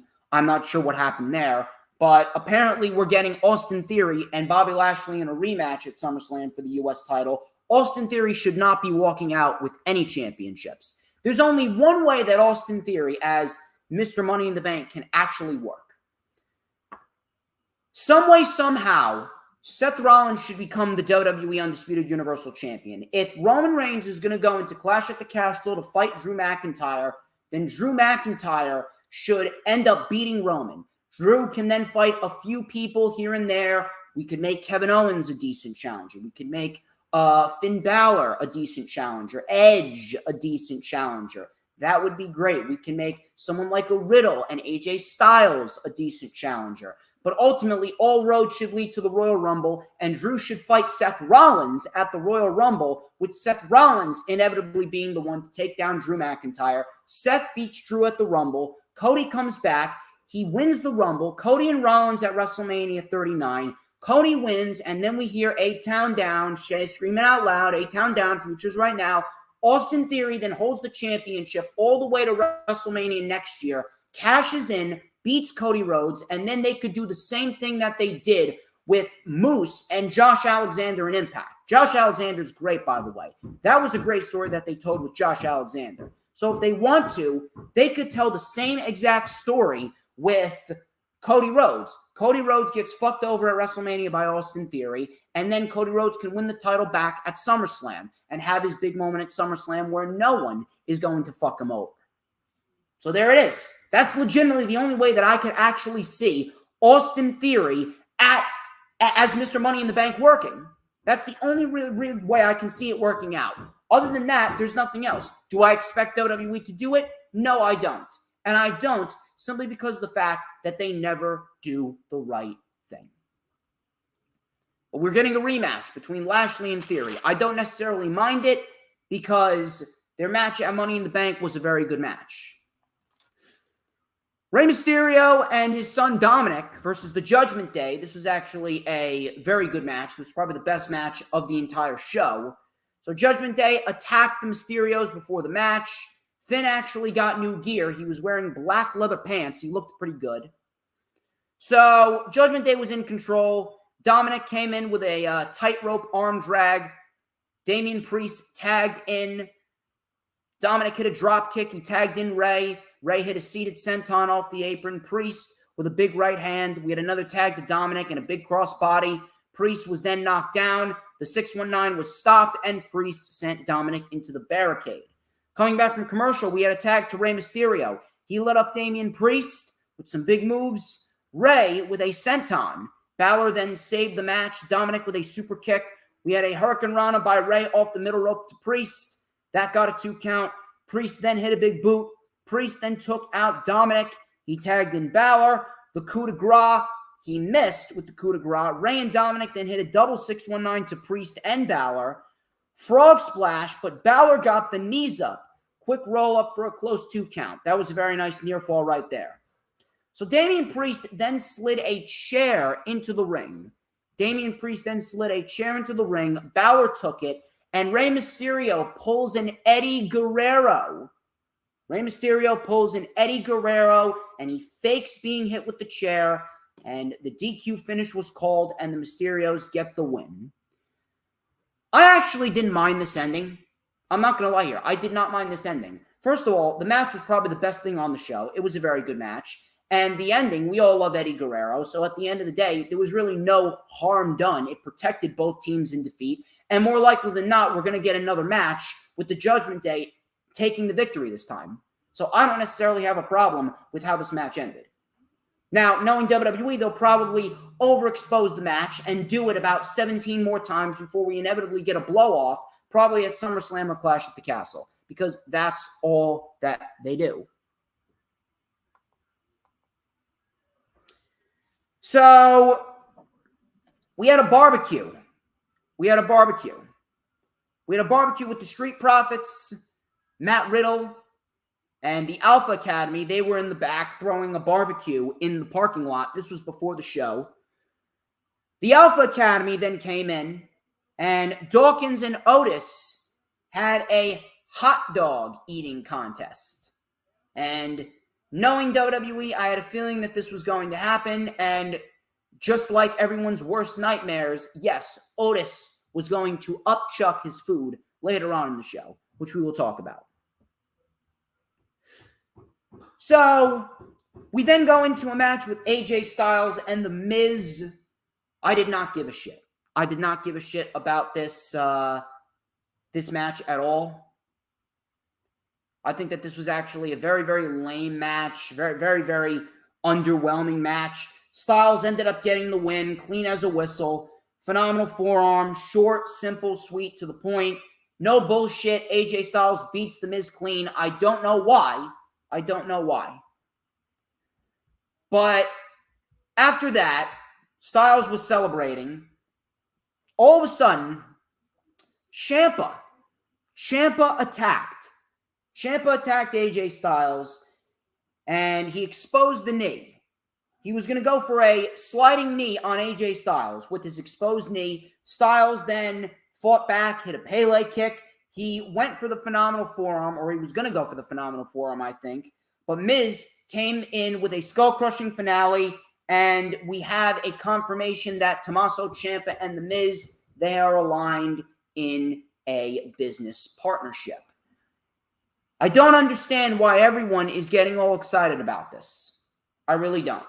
I don't understand why anyone's getting all excited about this. You know, there were actual people trying to justify this. Really. They're trying to justify this. Tommaso Ciampa has been a dead act on the main roster. He should not be with The Miz. And no, I do not want anyone to try and come and tell me that, oh, The Miz is going to help him get noticed in front of a more wider audience. No, he's not. The Miz is as dead of an act as you can get. Are you watching 2016 Miz in his feud with Dolph Ziggler? Are you watching 2018 Miz in his feud with Bryan Danielson? Because they're not the same. Miz now versus Miz 4 to 6 years ago, not the same. Miz is a completely dead fucking act. The fact that Tommaso Ciampa, the best that they have for him, who is undoubtedly one of the best wrestlers that they have, and at one point, he was looked at as WWE's version of MJF with the amount of fucking heat that he was getting. He can play both a babyface and a heel, and here he is. Here he is, tag teaming and in a business relationship with the fucking Miz. That's the best that you have for him? The Miz is a dead act. I'm sorry. The Miz is a complete fucking dead act, and at the end of the fucking day, there's no reason for anyone to care about this. None. Miz is not going to help Tommaso Ciampa. He's not going to get him in front of a wider audience. The fact that Ciampa is paired with The Miz, this is going to kill Tommaso Ciampa. By the way, what happened to everybody else that The Miz teamed up with? Almost every single individual that teamed up with The Miz has been fired. Bo Dallas, Curtis Axel, Alex Riley, remember him? Damian Sandow, remember him? All these fucking people, they all got fired. Even Bryan Danielson got fired at one point. Bryan Danielson was legitimately the only fucking exception that Miz teamed with or Miz was affiliated with long term that actually went on to have major success. Everyone else got fucking fired. And let me tell you something. Tommaso Ciampa, he ain't no Bryan Danielson. He's great, but he ain't no Bryan Danielson. Ciampa is going to absolutely take the fall here. John Morrison as well, released. Every single individual minus Bryan Danielson that was affiliated with The Miz for a long period of time has been fucking released and treated like shit. Everyone automatically ends up being a loser associated with The Miz. So please, tell me again how Miz is going to help Tommaso Ciampa expand in front of a wider audience. Here's a spoiler for all of you. He's not, and you are all fucking retards if you actually believe that. Unbelievable. Ciampa is a dead act. And even if we get a tag team match with Tommaso Ciampa, The Miz versus AJ Styles and Logan Paul, it's going to be Ciampa that's going to take the pin in that match. Just watch. Liv Morgan. Liv Morgan came out for her championship celebration. There were loud, "You deserve it" chants. She talked about how she's proud to be the SmackDown Women's Champion and all of her dreams finally came true. She outlasted 6 of the greatest females in WWE in the hardest battle of her life. And all of you, she talked about the fans still believing in her even when she felt that she didn't give them anything to believe in. So Natalya came out and she said that she's the only reason why she was able to cash in because she destroyed Ronda's knee. She goes, I'd like a thank you, but I'd rather take that SmackDown Women's Championship. Liv then said, if you want a chance at my title, we share the same locker room, you know where to find me. All of a sudden, Carmella then comes out. Carmella, she asked Natalya, why are you even out here? She said she would smack Liv down just like Bianca Belair. Liv then reminded her that she lost to Bianca, and if you want me out of the ring so bad, why don't you make me? Natalya and Carmella then attacked Liv before Bianca Belair came out, and we get a tag team match. The women's division absolutely fucking sucks, and this segment proved it. The women's division absolutely fucking blows, and the segment proved it as well. You know why? Because you have Liv Morgan out there who's great at what she does. She's very good. She's gotten better, and Liv Morgan's out here forced to recite this overbearingly scripted fucking promo when in reality, you should just let her go out there and say what's on her mind and not have her reading off a fucking script. And then you have Natalya and Carmella coming out there sounding like idiotic bimbos, sounding like they were legitimately reading a fucking script. I felt like I was watching Ron Burgundy. Go fuck yourself, San Diego.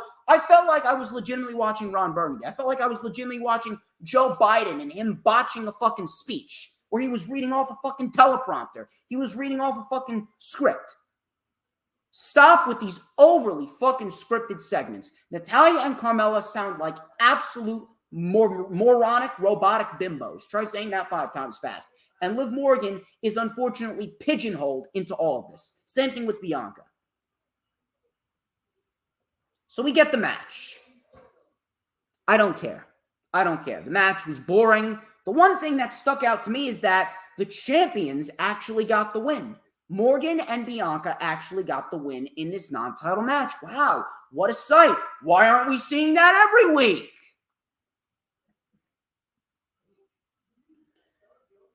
So, back at the Street Profits barbecue, Ezekiel was in the back. He accidentally sprayed ketchup on Seth Rollins, which actually led to a match later. We had a replay of this satanic, creepy vignette. Fightful says it's Edge. I'm going on record, and I'm going to say that it's Gable Steveson, just because of the medal. I'm not really sure how they associate the medal with Edge. Matter of fact, I don't understand why Edge has any reason to go back to this dark gimmick. They kicked him out of Judgment Day. So in reality, Edge should come back as the Rated R Superstar, and he should be going up against Finn Balor at SummerSlam. That's the only thing that logically makes sense. So we get Ezekiel versus Seth Rollins. Crowd didn't really care for this match, but it was a decent little match. But I'm not surprised that they didn't care for this match because, again, no one's been given a reason to care about Ezekiel. No one. He's just there. Ezekiel's legitimately just there. I don't mind him. I don't mind watching Ezekiel wrestle. He's actually quite nice to watch wrestle. He's easy on the ice when it comes to his in-ring work. He's just fine in the ring. He's evolving. He's trying new things. He's gotten better. He's a very good wrestler for what he can do. He's not the best, and he will never be the best, but he's very serviceable for what he can do. And he's in great shape. I want to be in that shape, but at the end of the day, his booking is the same type of booking as everyone else, and he's got no fucking character. So why should we care about Ezekiel? No one cares about Ezekiel because the guy is as bland could be. The guy is as bland as fucking saltine crackers. So Zeke came in with a big German suplex. Rollins regained control with a neck breaker. Zeke with a mule kick. We had some stiff punches. Rollins, this was actually a very nice spot here. Rollins ran at Ezekiel, and then Ezekiel military pressed Seth Rollins. Full-blown, perfectly done military press into the timekeeper's area. So coming back from commercial, Rollins was in control. Zeke came in with a suplex. He mounted a comeback with a big exploder, a couple stinger splashes, and a spinebuster 4-2. Zeke was then sent into the turnbuckle. Zeke came in with a beautiful jumping knee on Seth Rollins off the top rope. So Zeke was on the top rope. Rollins then cut him off. Ezekiel then with an electric chair powerbomb for a 2. Very nicely done. Both men then traded strikes. Zeke then tried for a few roll-ups. And then at the end, we saw Seth Rollins delivering a stomp. 1, 2, 3. After the stomp, Rollins wins. It was a decent little match. But at the end of the day, no one really gave a shit about Ezekiel. And it's quite sad because the fact that Ezekiel, whatever you want to call him, he has done everything in his power to A, get himself into the best shape of his life. B, he's gotten better in the ring, and WWE can't be fucking bothered to actually give him a decent character and decent fucking booking. I'm not saying he's going to be a world champion, but he could be a decent little mid-carder if you actually put some fucking effort into him. Why should we care about Ezekiel? You need to give us a reason to. So Rollins then went back. He was going to give Zeke another stomp before Riddle came out of nowhere in his bathing suit with an RKO. And that was that. So it looks like we're getting Seth Rollins versus Matthew Riddle at SummerSlam, which I have no problem with. That's actually going to be one of the matches that I'm actually looking forward to. Out of all the matches, that's the one match that I'm legitimately looking forward to.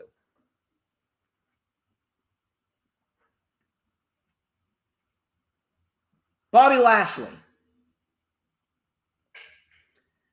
Bobby Lashley and the Street Profits. Bobby Lashley and the Street Profits, they took on Austin Theory and the Alpha Academy. It was a fun little match, but at the end of the day, a fun little match absolutely ruined because Otis threw up. Yes, you heard me correct. Otis threw up. Lashley and Montez Ford, they double-teamed Otis. Lashley with a spear to Otis, and then Montez Ford followed suit with a frog splash. Afterwards, Lashley then hit the spear on Chad Gable, I believe it was, and he won the match. Otis, afterwards, blew chunks. He threw up hot dogs. It was spurting in the fucking air. He fucking threw up his hot dogs in the air. Of course he did. And whatever the 6 individuals that were involved in this match did absolutely meant nothing in the end because everyone was made to look like a fucking buffoon with Otis throwing up. I think he also threw up on the referee too. R-Truth. He came out dressed up as Uncle Sam for the 4th of July celebration, and he said, "We're here to celebrate the American heroes that saved Earth from the alien invasion back in 1996. So he started reciting lines from the movie Independence Day, and then all of a sudden, Ludwig Kaiser comes out. He introduces Der Ring General, Gunther. So Gunther came out. Well, one thing also, aside from the fact that this was a very wrestling-heavy show, we saw a lot of SmackDown talent on this show. We saw Gunther, saw Carmella, we saw Ludwig Kaiser, we saw Natalya. I'm not sure what this means. We saw Liv Morgan, too. I don't know what this means, but I'd like to believe that considering we saw a lot of SmackDown talent on Monday Night Raw here, I'd like to finally fucking believe that the brand split's over. Do I have any faith? No, I don't. But the fact that we had a lot of SmackDown talent on 4th of July, Monday Night Raw, I'd like to believe that brand split's over. The brand split should have been over long before. Now. It should have been over at WrestleMania when they combined the titles with Roman Reigns. But they didn't do that. So Gunther absolutely destroyed R-Truth. Powerbomb for the 1-2-3 win. Again, I hope to God that the brand split is over. Becky Lynch versus Asuka. This was a no-holds-barred match. I didn't care. I just hope that this is the end. I honest to God fucking hope that this is the end. So, Becky then propped up a chair in the turnbuckle. Asuka launched off a chair with a drop kick onto Becky. Becky hit an exploder suplex to Asuka on a bed of steel chairs. Becky then tore apart the announce table. Asuka then used the hip attack to put Becky Lynch through a chair and through a barricade. They fought into the crowd for a little bit. Coming back from commercial, Becky hit Asuka with a chair.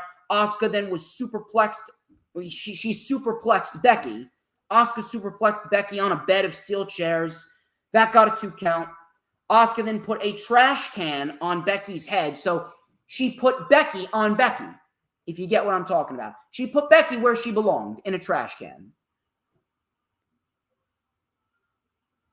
So Asuka then drop kicked Becky off the top rope with the trash can still on her head. Asuka got a table. Becky then hit Asuka with another chair. A table was set up in the ring. Asuka then, with her signature umbrella, Becky Lynch used the umbrella to block the mist, which she didn't really block all of it, but she blocked some of it. She did not block all of it. She used the umbrella to block Asuka's mist. Becky and Asuka then went up to the top.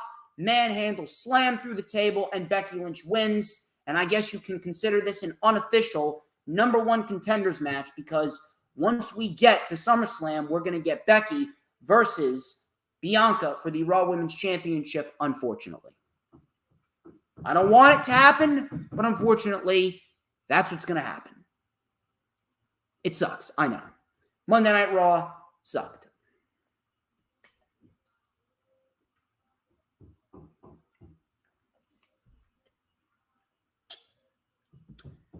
Thank you guys for sticking by me. We got 1 hour and 31 minutes plus into the stream already. We got 3 more shows to go over. I actually did cover NXT this week.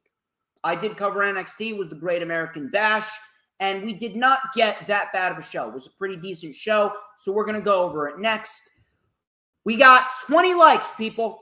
We got 20 likes. We hit that goal of 20 likes.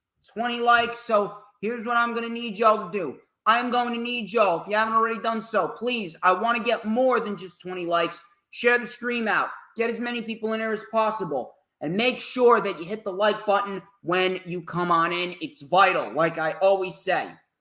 A great crowd that we've had so far. And we got 20 likes, rocking and rolling. We got 3 more shows to go over before we get on out of here. I might go in my pool later. We'll see what happens there. I don't know what I'm having for dinner, but I'm hoping it's something good. So, Great American Bash. I would say it was a decent show. It wasn't a bad show. It wasn't a great show. It wasn't horrible. It was just kind of a show that was a decent little show. Mainly the second half made the show. The second half of the show was a pretty decent hour of the show. The first half was not. So it kind of balanced itself out. We got a shitty first hour, and then we got a decent little second hour. So it balanced itself out into a decent little show. Now, this does not mean I'm going to cover NXT regularly. I just did it because at the end of the day, it was a special event. I felt like it was necessary to cover it, and we did get a few decent wrestling matches on the show. We got a nice surprise. Some people could be getting called up to the main roster. We'll have to wait and see. So, the Great American Bash, NXT, the Great American Bash, started off with Roxanne Perez and Cora Jade. They took on Toxic Attraction. This was for the NXT Women's Tag Team Championship. I don't know what happened here, but this match was very weak. And it was a little botchy here and there. And I'm chalking that up to Cora Jade. Whether or not she wants to admit it or not, Cora Jade knows she sucks. That's why she blocked me, because I speak the truth about how bad she is. Cora Jade sucks. Cora Jade is not ready for television. Cora Jade is not in a position where she should be on television, let alone as a champion, regardless of how worthless the NXT Women's Tag Team titles are. The titles are worthless. Titles are absolutely worthless. Makes no sense. Should not be involved with NXT. Should have never been created. The titles suck. The match was very weak, and I'm chalking that up to Cora Jade because for some reason, I don't know what it was, but shit didn't gel. I actually preferred the match between Toxic Attraction and Casey Catanzaro and Caden Carter more. I don't know why they're turning them heel. It's very, very stupid that you would even contemplate turning them heel. They're not heels. Caden Carter, I don't want to boo Caden Carter and Casey Catanzaro. I want to cheer them. Or Katana Chance and Caden Carter. It's fucking stupid. I prefer that match at In Your House between Katana, Caden, and Toxic Attraction more. This match, it did not click. It wasn't really all that good. There wasn't enough impact behind it. A lot of the offense was very, very weak. And again, I'm chalking that up to Cora Jade because Cora Jade is a very, very poor women's wrestler. She does not have any intensity. She does not have any oomph behind her strikes. She's very mid. She's mid. Roxanne Perez is very good. Toxic Attraction, they're okay. But again, I just have a feeling because of the fact that they never fucking wrestle, shit just doesn't click. And they're very, very rusty. And that's on WWE's part. So Toxic Attraction was in control early on, coming back from commercial. Roxanne fought back. We had a tag to Cora Jade. We had an enziguri to Dolan. Step up knee for a 2. Gigi then tagged in Jane. Jade with a drop kick. Perez with a Russian leg sweep. Looked very weak. It looked like they botched that double team move. The ref then ejected Mandy Rose. The ref ejected Mandy Rose for interfering. We had a tag to Perez. JC Jane with a neck breaker. Gigi Dolan then came in with a very sloppy-looking STO. Jade was sent to the floor. They went for Toxic Shock, but Jade came back with a very sloppy-looking tackle. Very sloppy moves on Cora Jade's behalf. Roxanne Perez then ended up hitting Pop Rocks for the 1, 2, 3 victory. And we have new NXT Women's Tag Team Champions. And next week, Roxanne Perez is challenging Mandy Rose for the NXT Women's Championship, which I don't expect her to win. I think that at the next special event for NXT, whether it be NXT SummerSlam or some shit like that, whatever it may be, I'm going to go out on a limb and I'm going to say that at the end of all this, we are ultimately going to see Nikita Lyons take that title from Mandy Rose. I don't think it's going to be Roxanne Perez. I think Roxanne and Cora Jade, they're going to stick to what they're doing as the NXT Women's Tag Team Champions. But the match was very weak, very weak. We got new champs. I don't care. The titles are very worthless. But the one thing that I'm chalking this up to is the fact that they're going to get Toxic Attraction on the main roster. And they're going to make Toxic Attraction the main staple on the main roster. They're not ready. But what choice does WWE have? They need new stars, and they've fired all their other stars. It's unbelievable how they're putting so much effort into fucking Cora Jade and Toxic Attraction, yet they're not making any effort to re-sign Io Shirai. That is absolutely fucking criminal. That's criminal. So next, we had Wesley versus Trick Williams. I was actually looking forward to this match because I wanted to see what Trick Williams can do. This match only went 4 minutes. Right then and there, I hated that. There was no reason why the match needed to go 4 minutes. Trick Williams and Wesley should have gotten at least 10. So they actually traded a few moves back and forth. Williams actually delivered a very nice pump handle power slam for a 2. So Williams, he was actually delivering some pretty decent moves. Lee then came in with some stiff kicks and a rolling capo kick. On the outside, we had this water bottle, and we all thought that it was water. But the commentator said, "Oh, well, what is that I smell?" And it turned out that the water was actually rubbing alcohol. So the rubbing alcohol was on Trick Williams' glove. He rubbed it in the eyes of Wesley. So Wesley was blinded. And then Williams hit a cyclone kick, a tornado kick, and he won the match 1, 2, 3. And that was it. The ending, I will say this. Originally, I thought the ending was lame, but the ending was actually pretty creative. I will say that. I want to see more of what Trick Williams can do. I did not like the fact that this match only went 4 minutes. This was a terribly booked match. Creative ending, but terribly booked match. There's no reason why you can't give these guys an extra 6, 7 minutes. No reason. Wendy Chu. I cannot fucking stand Wendy Chu. I cannot fucking stand her. She legitimately makes Orange Cassidy look like, you know what? I'm going to go on a limb and say this. Orange Cassidy is a world champion. Wendy Chu is a poor version of Orange Cassidy, a lame, over-accentuated version of Orange Cassidy. Orange Cassidy is actually a world champion. Wendy Chu is not. Wendy Chu might be the worst fucking act in NXT right now. And that's not because she's bad in the ring. She's fine in the ring, but the gimmick absolutely fucking sucks. The match here with Tiffany Stratton, it wasn't even that bad. Tiffany Stratton and Nikita Lyons, those two might be the top two best prospects out of the entire new NXT 2.0 crop of talent. Tiffany Stratton got a lot better if you've been taking note. She looked very good in this match. She's learning new moves. She's coming up with new material. She looked great. Wendy Chu wasn't bad as well, but again, I just can't take her fucking seriously. There's no reason for anyone to take Wendy Chu seriously. Wendy Chu doesn't take anything seriously. She wrestles in fucking slippers and a pajama onesie, but yet we're supposed to take her seriously. She comes out with a fucking Slurpee and a fucking night mask. Fucking stupid. So Wendy Chu was in the back, and she threw powder in Tiffany Stratton's face. This sparked up a brawl. They ended up at ringside, so we get the match. I'm actually really enjoying Tiffany Stratton. Tiffany Stratton, she's very, very easy on the eyes. She's a gorgeous fucking woman, and she can fucking wrestle.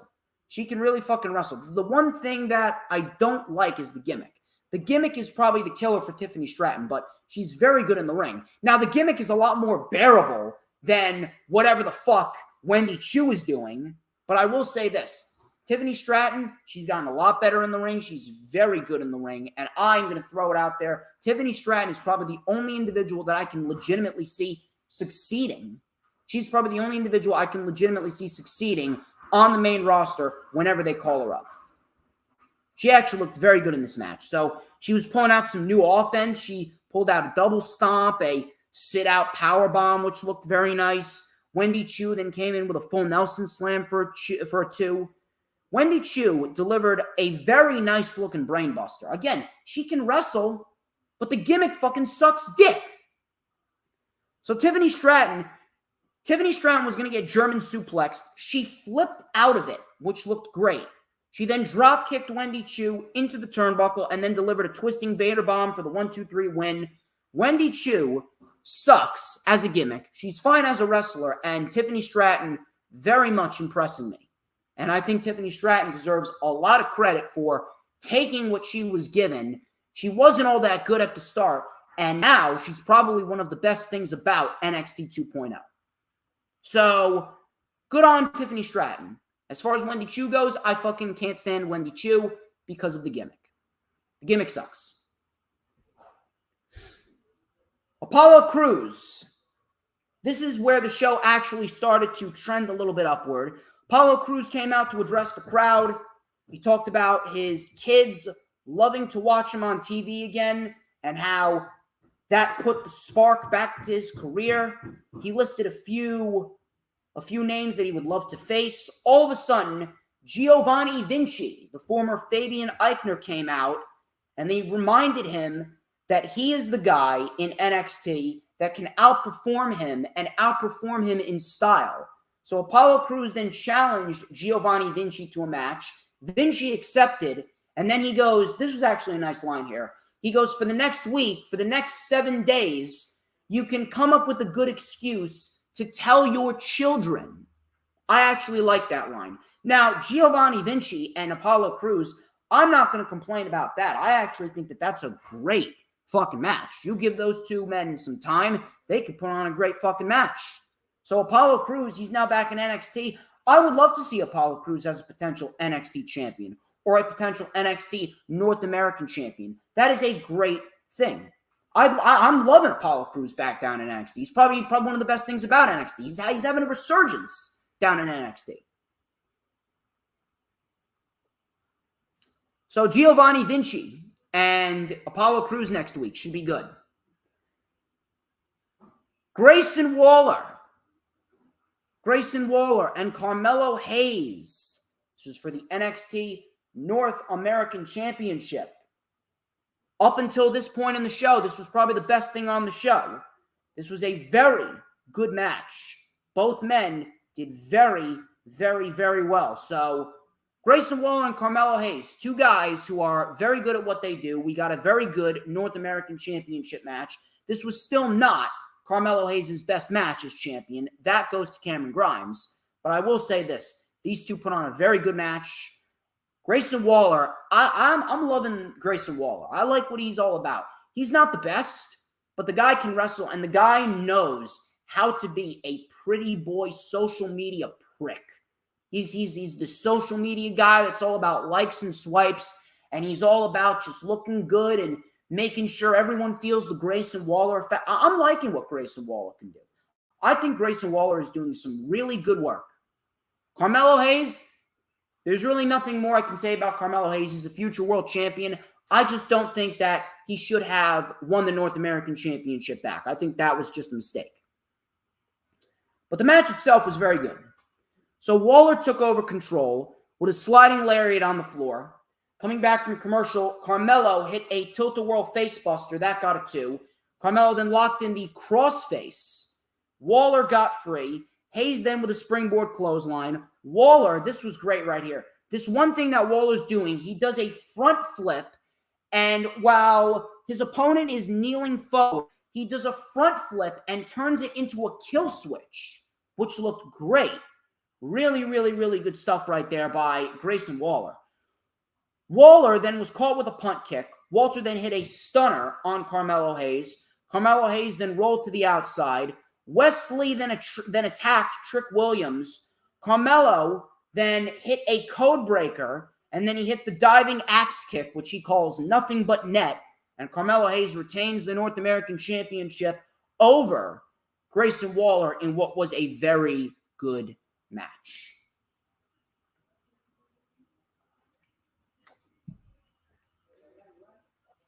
I'm liking what these two can do. And I think that these two should absolutely be future stars on the main roster. If they're not, then I don't know what the fuck can tell you. The disconnect with NXT and the main roster, even though Vince and Bruce are now running both shows, it's quite fucking ridiculous if you ask me. But these two should easily succeed on the main roster. No questions asked. Creed Brothers. Creed Brothers versus Roderick Strong and Damon Kemp. Damon Kemp is actually very good at what he does. This was for the NXT Tag Team Championships. It was a pretty decent little match right here. So Kemp gave Brutus a very nice German suplex. Damon Kemp is actually very good. He's actually coming along very, very nicely. I don't know how he is in terms of his personality, but he's very good in the ring. So Brutus came in with the Brutus Bomb off the top rope, the cannonball that he does. Coming back from commercial, Kemp wore down Julius Creed. We had some ground holds and some chin locks. Strong came in with 2 knees to Brutus Creed right to the face. We had a tag to Damon Kemp, tag to Julius Creed. He lit up Roderick Strong with some big suplexes and a rolling slam. A tag to Kemp. Kemp actually was on the receiving end of a rolling slam too. And then Damon Kemp eventually caught the sliding lariat by Julius Creed. And Julius retains the tag team titles for himself and Mr. Brutus Creed as well. Decent little match right here. Really nothing all that crazy. Really nothing over the top. And the Creed Brothers, I'm liking what the Creed Brothers can do. The Creed Brothers are getting better and better with every passing week.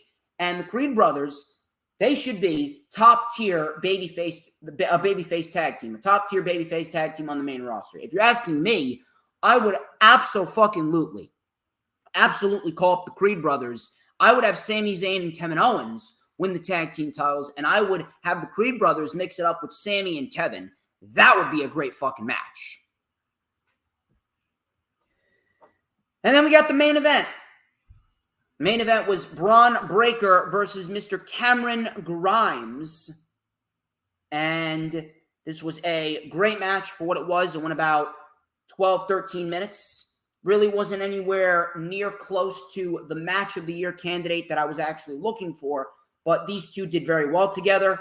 They worked very well together. I mean, it's Cameron Grimes. Cameron Grimes could have a great match with a plastic fucking blow-up doll. So Cameron Grimes worked on the shoulders of Braun Breaker. He tried to regain control. Grimes with a PK and a cannonball senton off the apron. Braun Breaker came back with a spine buster. He mounted a comeback. He caught Cameron Grimes in midair with a very nice power slam. Grimes then with a super kick and a beautiful Spanish fly for a 2 count. Grimes and Breaker were on the top rope. We had a beautiful Frankensteiner by Braun Breaker. Grimes then with an iron octopus stretch. Grimes then targeted the right shoulder of Braun Breaker. Grimes then hit the cave-in. I actually thought Cameron Grimes was going to win it right here. Cave-in, 1-2, but Braun Breaker ended up kicking out of the cave-in. Braun Breaker, he then hit a spear to Cameron Grimes when Cameron Grimes jumped off the middle rope. A spear in midair, and Braun Breaker retains the NXT Championship in what was a great match. One of Braun Breaker's best matches so far. I give credit. Braun Breaker can hang with the best. He's very good at what he does. Afterwards, J.D. McDonough. Yes, J.D. McDonough. The former Jordan Devlin came in, and he attacked Braun Breaker and put him through a table with a side suplex. Again, I don't know what the fuck a McDonough is. It sounds like a fucking McDonald's Happy Meal or a McDonald's breakfast fucking item. Hey, welcome to McDonald's. How may I help you? Yeah, I'll take the McDonough. I'll take the McDonough with honey glazed sausage and the English muffin lightly toasted. I don't know what the fuck a McDonough is, but sounds like something out of fucking McDonald's. McDonough, I don't understand. I don't understand why we needed to change his name. It's fucking ridiculous. It's fucking retarded. Just have him go by fucking Jordan Devlin and let that be the fucking end of it. But what the fuck do I know? McDonough. Unbelievable. Well, let me tell you something. Jordan Devlin, J.D. McDonough, Mr. McDonough Happy Meal is actually a great wrestler. Mr. McDonough McNuggets is a great wrestler. So, Jordan Devlin being as great of a pro wrestler as he is, Braun Breaker being this great at this stage of the game, at such a young age, I think this is going to be a great match. If this is the match for the next premium live event for NXT, I mean, I'm not going to complain because we get this match. This should easily be one of NXT's best matches of the year. This would be a great fucking match. McDonough, McChicken Nuggets, McSnack Wrap, JD McSnack Wrap. It'll be a great fucking match for Mr. Breaker and McSnack Wrap. So we'll see what happens. We'll see what happens there, but I am very much looking forward to the match, but I can't see Jordan Devlin succeeding. Not with that fucking name. That name is a fucking killer. I'm sorry. But the Great American Bash, pretty decent show. Obviously, the second hour made it as good as it was, and the first hour sucked, and that was pretty much it. That was pretty much it. There was really nothing more to it. I think Cameron Grimes could end up being called up to the main roster as well. And again, there's no reason why Cameron Grimes should fail on the main roster either. He's got everything. Cameron Grimes has everything. He's a great wrestler. He's a great promo. He has a great look. He's got charisma. He can lead a fucking match. He's over with the fucking crowd. He's got a great fucking theme song. He probably has the best theme song in all of WWE right now. So we'll see what happens with Cameron Grimes there. But this was a decent little show. Nothing really crazy. I would definitely go back and rewatch Waller and Hayes. And I would definitely go back and rewatch Breaker and Grimes. You guys have been doing a real good job keeping the chat alive and well. I greatly appreciate all of you as per usual. I say that a lot, but it is true. You guys make being DJ Storms worthwhile. I hope you bring this energy to the Hardcore Sports channel because, again, I'll be streaming on 6 platforms. The DJ Storms Posse Facebook, my Twitter, Hardcore Sports Twitter, Hardcore Sports Twitch, my channel, and the Hardcore Sports channel. So it's going to be a big fucking week next week. Believe me there. Moving on here, we're going to move on to AEW Dynamite. AEW Dynamite this week. They put on a very good show. We got a lot of great wrestling and a lot of really good moments here. So the show kicked off with Wardlow versus Scorpio Sky. This was a street fight for the TNT Championship. Obviously, this really wasn't all that exciting. This was more of an angle rather than an actual match. And this was specifically done to get the title on Wardlow. And the only reason why they made it a street fight is so that way they could make it seem like, oh, Scorpio Sky has a chance of retaining because he's got American Top Team. So that was pretty much that. Yes, I know, Lisa, you were there. We are well aware. And I don't know. Did you pass out when Wardlow won? Did you pass out when Wardlow won? I don't know. I'll have to go and rewatch the show. I want to see if I spotted you. So we get the street fight. The crowd was obviously hyped up. So Sky was trying to use his MMA background early on. Sky with a low blow early on. Wardlow came back with a big belly-to-belly suplex. Dan Lambert then, he tried to get Wardlow's attention, which he did. American Top Team then got in between them. They stomped on Wardlow, coming back from commercial. The crowd was chanting, "Fuck you, Lambert," which was a beautiful thing to see. Fuck you, Lambert. So, American Top Team, they got involved after Wardlow delivered a beautiful senton to Scorpio Sky. He then took them out easily. Sky used the TNT Championship, and he hit Wardlow in the head with the TNT Championship, right in the skull. Wardlow kicked out. That was a great near fall. Obviously, trying to make you believe that Wardlow's not going to win the title. Wardlow then shoved Scorpio Sky into Dan Lambert, and then he delivered a nice spine buster to Sky, and then Wardlow, feeling the energy from the crowd was going nuts. 1, 2, 3 power bombs. Wardlow absolutely trashed Scorpio Sky, and Wardlow pinned Sky for the 1, 2, 3. There was no other way that this was to be done. Really no other way that this was going to be done. And Wardlow, he was always going to win that championship. There was no reason why he shouldn't. They only made it a street fight to try and give Scorpio Sky a fighting chance. And at the end of the day, there was no other way around this. This is what had to be done. Scorpio Sky, listen, Scorpio Sky is great, but obviously Tony Khan fucked up. Tony Khan fucked up with that Sammy Guevara-Scorpio Sky feud. Sammy Guevara should have never lost the TNT title to Cody Rhodes. Sammy Guevara should have kept that title going into the new year, and then he should have dropped it to Scorpio Sky in March. Sammy should have held it from September to March. Scorpio should have won it, and he should have kept that championship from March to now. That way, Scorpio would have actually gotten a decent little run with it. Then Scorpio could drop it to Wardlow. That's what should have happened, but obviously they fucked up. So obviously I called him out on that. Tony Khan fucked up with everything that was going on there. Wardlow, easily, hands down, Wardlow should be the longest reigning TNT champion so far. Wardlow should not be losing that title until next year. Keep that title on Wardlow. Now, Scorpio Sky, this was the right move to make. They needed to get that title off Scorpio Sky because Scorpio Sky's value is not as a singles guy now. He's great at what he does, but his value is not as a singles guy now. Scorpio Sky and his value is with Ethan Page, with Men of the Year, as a tag team. FTR and the Young Bucks, that's the direction that they're going for All Out. So we get the Young Bucks and FTR at All Out. Once we get that, FTR undoubtedly is going to be the best tag team in the world. We need Men of the Year, Ethan Page and Scorpio Sky, built up to take the titles off of FTR next year.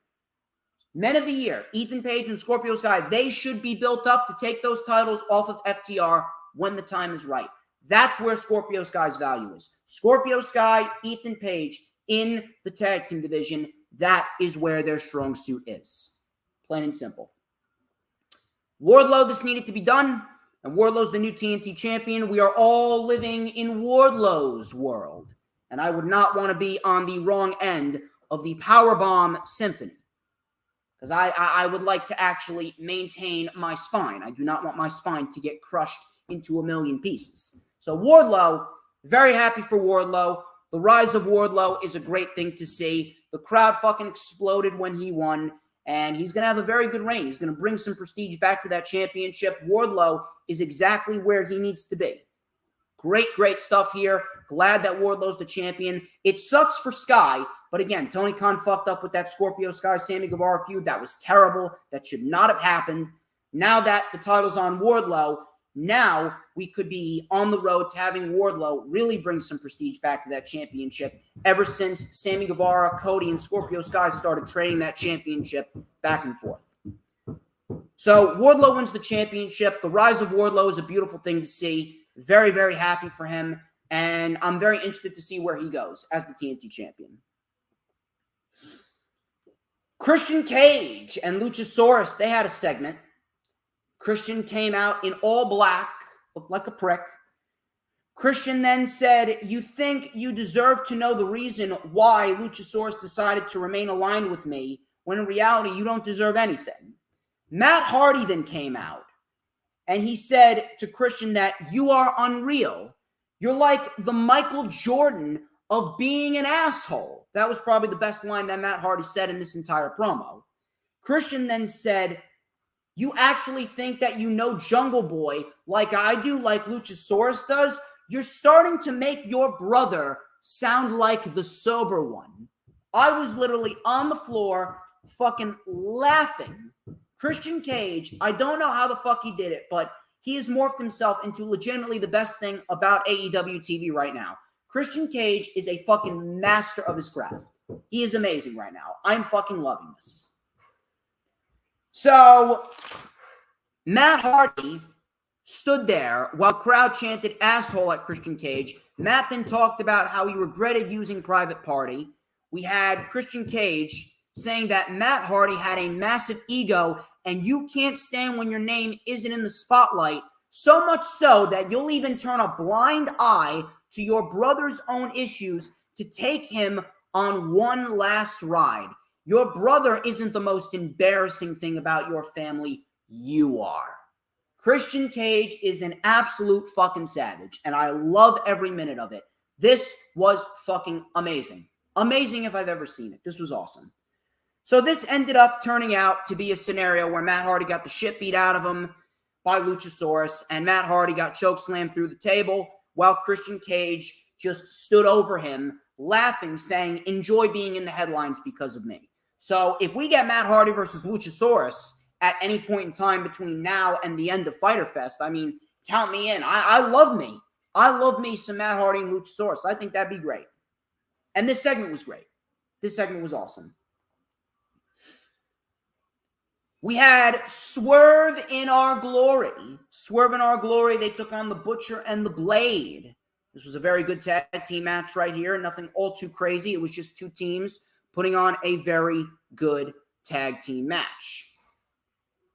So Swerve was swept off the apron, and he landed right on his neck. It looked nasty. Very nasty fucking spot there.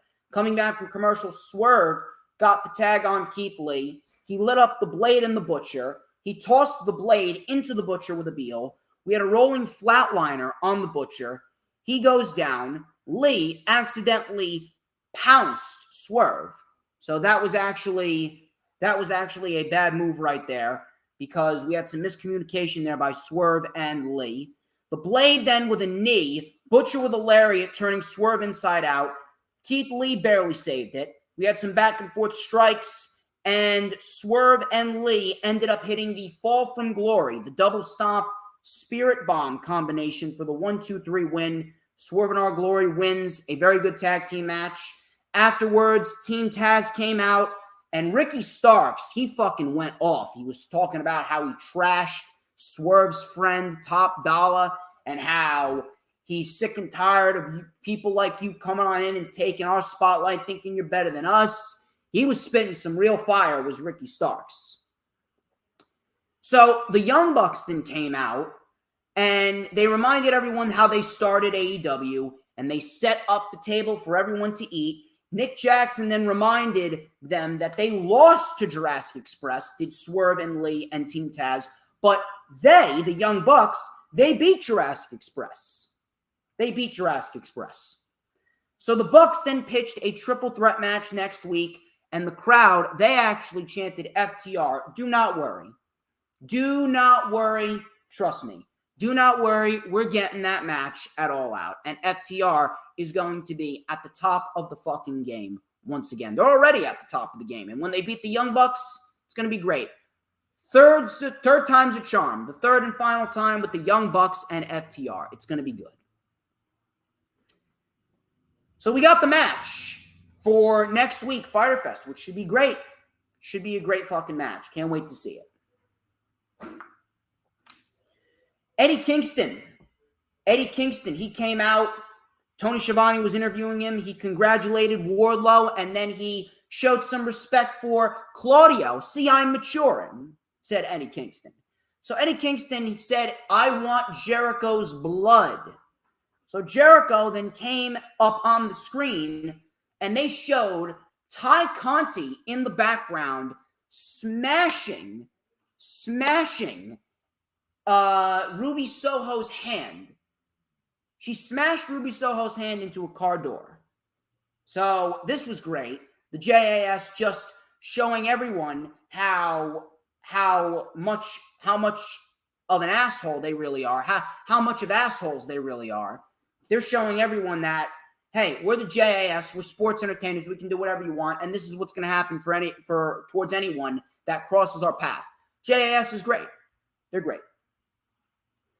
So we ended up getting the announcement, and Kingston made the challenge. It's going to be a barbed wire match between Jericho and Kingston during Fyter Fest night number 2, where the JAS, they're suspended in a shark cage. And that should be great. That should be great. So the Dark Order then came out.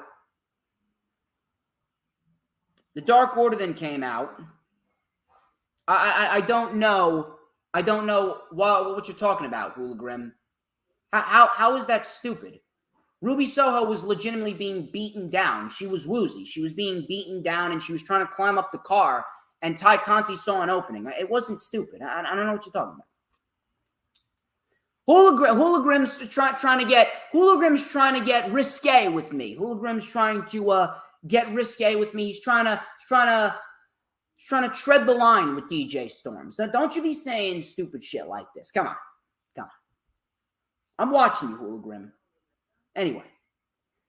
So the Dark Order then came out, and this was obviously a tribute segment to Brody Lee. This was really nothing over the top. This was a tribute segment to Brody Lee. And the Dark Order, they were talking about how the 6 of them, they're here to stay. Brody Lee Jr. was going to speak before QT Marshall come out. He came out. And I don't know about you guys, but I actually enjoy what QT Marshall can do. He's actually a decent undercard guy that's good at his job. The crowd boos him. He's getting the right reaction. He's actually very good in the ring. And QT, he sells and makes everyone else look good. So I didn't mind it. I don't mind QT. I actually like QT.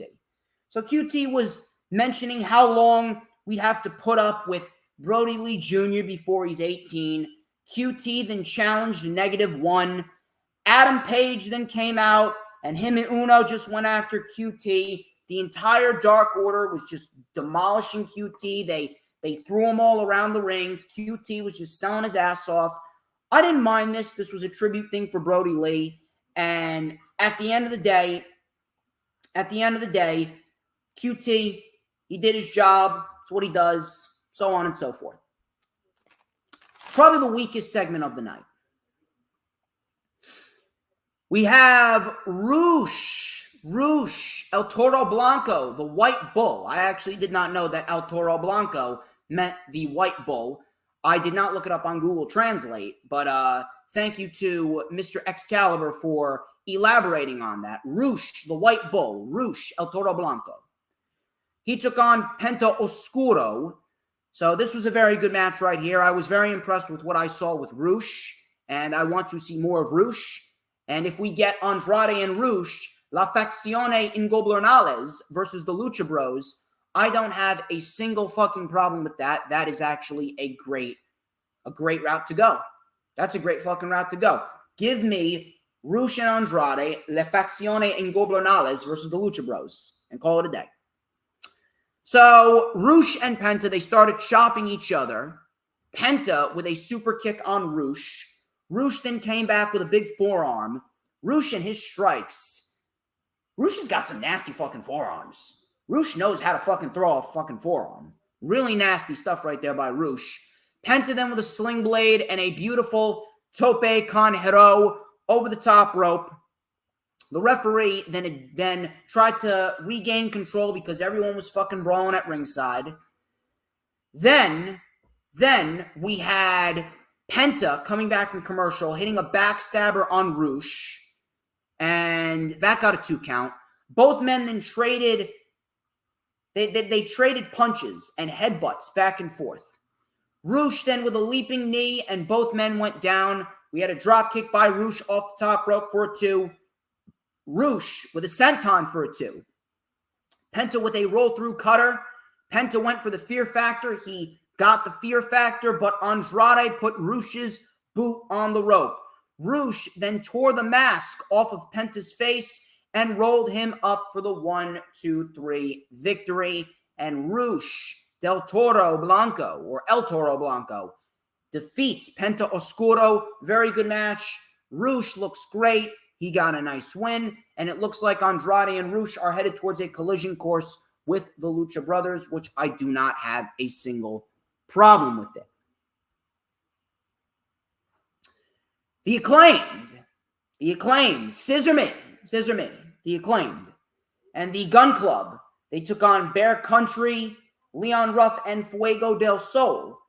So Austin Gunn, before Max Caster could even do his rap, Austin Gunn took the mic out of Max Caster's hand. So the crowd was chanting asshole. Bowens, he got some time in the ring. He actually looked great. I'm going to say this right. Bowens is a great fucking athlete. And Bowens, he's the better athlete than Max Caster. I'm just throwing it out there. So, the Acclaimed ended up taking out, I believe it was Leon Ruff, if I'm not mistaken. Max Caster hit the mic drop, and then Austin tagged himself in and stole the pin, 1-2-3. Afterwards, the Gun Club then attacked the Acclaimed. Billy ripped his own sons off of the Acclaimed, and then when Bowens tried to get up and talk to Billy Gunn, Bowens got punched in the face by Billy Gunn, and then Billy Gunn gave Bowens a famouser. I think that this was great for the Guns. This is a great thing for the Guns because now with the Guns as heels, they're getting a great heel reaction. The crowd loves the Acclaimed. You know, people say that everyone loves the Acclaimed. It's nothing more than a fucking catchphrase. No, legitimately, everybody loves the Acclaimed. The crowd loves the Acclaimed. So now the Acclaimed are officially baby faces. This could open up a whole new world of possibilities with the Acclaimed as baby faces. Now the Acclaimed as baby faces. We could see some interesting matchups with the Acclaimed taking on some heels. And the Gun Club being the heels that they are, this could very well take the Gun Club to the next level because the Gun Club now are in a position where they're hated for breaking up what was a very entertaining partnership with the Acclaimed and themselves. And everyone loved this partnership. This is a great move here. This was an excellent move. The Gun Club they're getting legit heel heat is the Gun Club. And we got Anthony Bowens and Max Caster as full-fledged baby faces. Not bad. We had Thunderstorm. This is Thunder Rosa and Toni Storm versus Marina Shafir and Nyla Rose. This was actually a pretty decent match. Not bad right here at all. Not bad at all. So I got to give Marina Shafir a little bit of credit. This was actually the best that Marina Shafir has looked throughout her run in AEW thus far. This was actually the best that Marina Shafir has looked. So Storm and Rosa were in early control. They tried to wear down Shafir. Shafir then took some stiff chops. Shafir then with a cheap shot to Rosa. And Nyla Nyla actually hit Toni Storm with their umbrella because they're having this gimmick where they have the umbrellas up. They're making sure that they're safe from the thunderstorm. So coming back from commercial, Storm got the tag to Rosa. Rosa with a hesitation drop kick. Rose with a Uranagi, though. Rose took out Storm with a Uranagi. Shafir got the tag. Shafir did a cartwheel around Toni Storm. Shafir did a cartwheel around Toni Storm, which looked fine, and then she locked in a pump handle suplex on Toni Storm. That looked pretty decent. Storm then with a couple of German suplexes to Shafir and Nyla Rose. We had a hip attack by Toni Storm in the corner, and then an assisted Fire Thunder driver for the 1-2-3 win. Thunderstorm gets the victory, and it looks like we're headed towards another match between Toni Storm and Thunder Rosa, which I'm assuming is going to take place at Battle of the Belts on August 6th, if I'm not mistaken, and that should be the main event of the show, and I have no problem with that being the main event of the show. Next week at Fyter Fest, we got Claudio Castagnoli versus Jake Hager. The Real Americans implode. We also got the Bucks versus Team Taz versus Swerve in Our Glory. Triple or nothing match for the AEW World Tag Team titles. We got Wheeler Yuta and Daniel Garcia at Death Before Dishonor for the Ring of Honor Pure World Championship. We got Samoa Joe and Jay Lethal for the Ring of Honor World Television Championship. And the Briscoes and FTR Part 2 for the Ring of Honor World Tag Team Championships. I am fucking loving that. That is going to be awesome. And in the main event, we got Brody King versus Jon Moxley. This was for the interim AEW World Championship. And we got a very good match between these two individuals to close out Dynamite. There wasn't really any craziness. There was no interference between the Blackpool Combat Club or the House of Black. This was just Moxley helping Brody King, making Brody King look good, and putting Brody King over in a big way. So Brody King, he was using his power against Moxley. Moxley worked on the legs of Brody because Brody's clearly the bigger guy. Brody then came back with a boss man slam for a 2. Coming back from commercial, King missed a cannonball senton in the corner. Moxley then took King up to the top rope and delivered some chops and a big superplex. He went for the bulldog choke, and then he delivered a half-and-half suplex to King. That got a 2 count. King then with a huge lariat, and then he delivered a Texas pile driver for a 2. King then with a cannonball in the corner for a 2. Looked brutal. Moxley and King went back and forth. Moxley, he delivered the paradigm shift out of nowhere. Moxley then with hammer and anvil elbow strikes. He locked in the sleeper. Brody King fell back to break it. Moxley locked it in again and then transitioned into the bulldog choke, and Brody King ended up passing out. He did not get pinned. He did not tap out. Brody King passed out, and Jon Moxley retains the interim AEW World Championship in what was a very good match. Really good stuff. Loved what Moxley did for Brody King here, and it really does go to show you that WWE, they don't give anyone opportunities. They only give the opportunities to the same old people that they always know. They always fall back on the same people. Meanwhile, AEW, they constantly give new people new opportunities, and that's exactly what they did for Brody King. This was a very good match, very good main event, and Brody King looked very good here against Jon Moxley. Moving on to the final show, AEW Rampage. This is actually a really good episode of Rampage. A lot of good stuff here on Rampage. A lot of great wrestling here on Rampage. We got Eddie Kingston versus Konosuke Takeshita kicking off the show. So Kingston and Takeshita, they traded strikes back and forth. Takeshita came back with a big lariat and a beautiful Blue Thunder Bomb for a 2.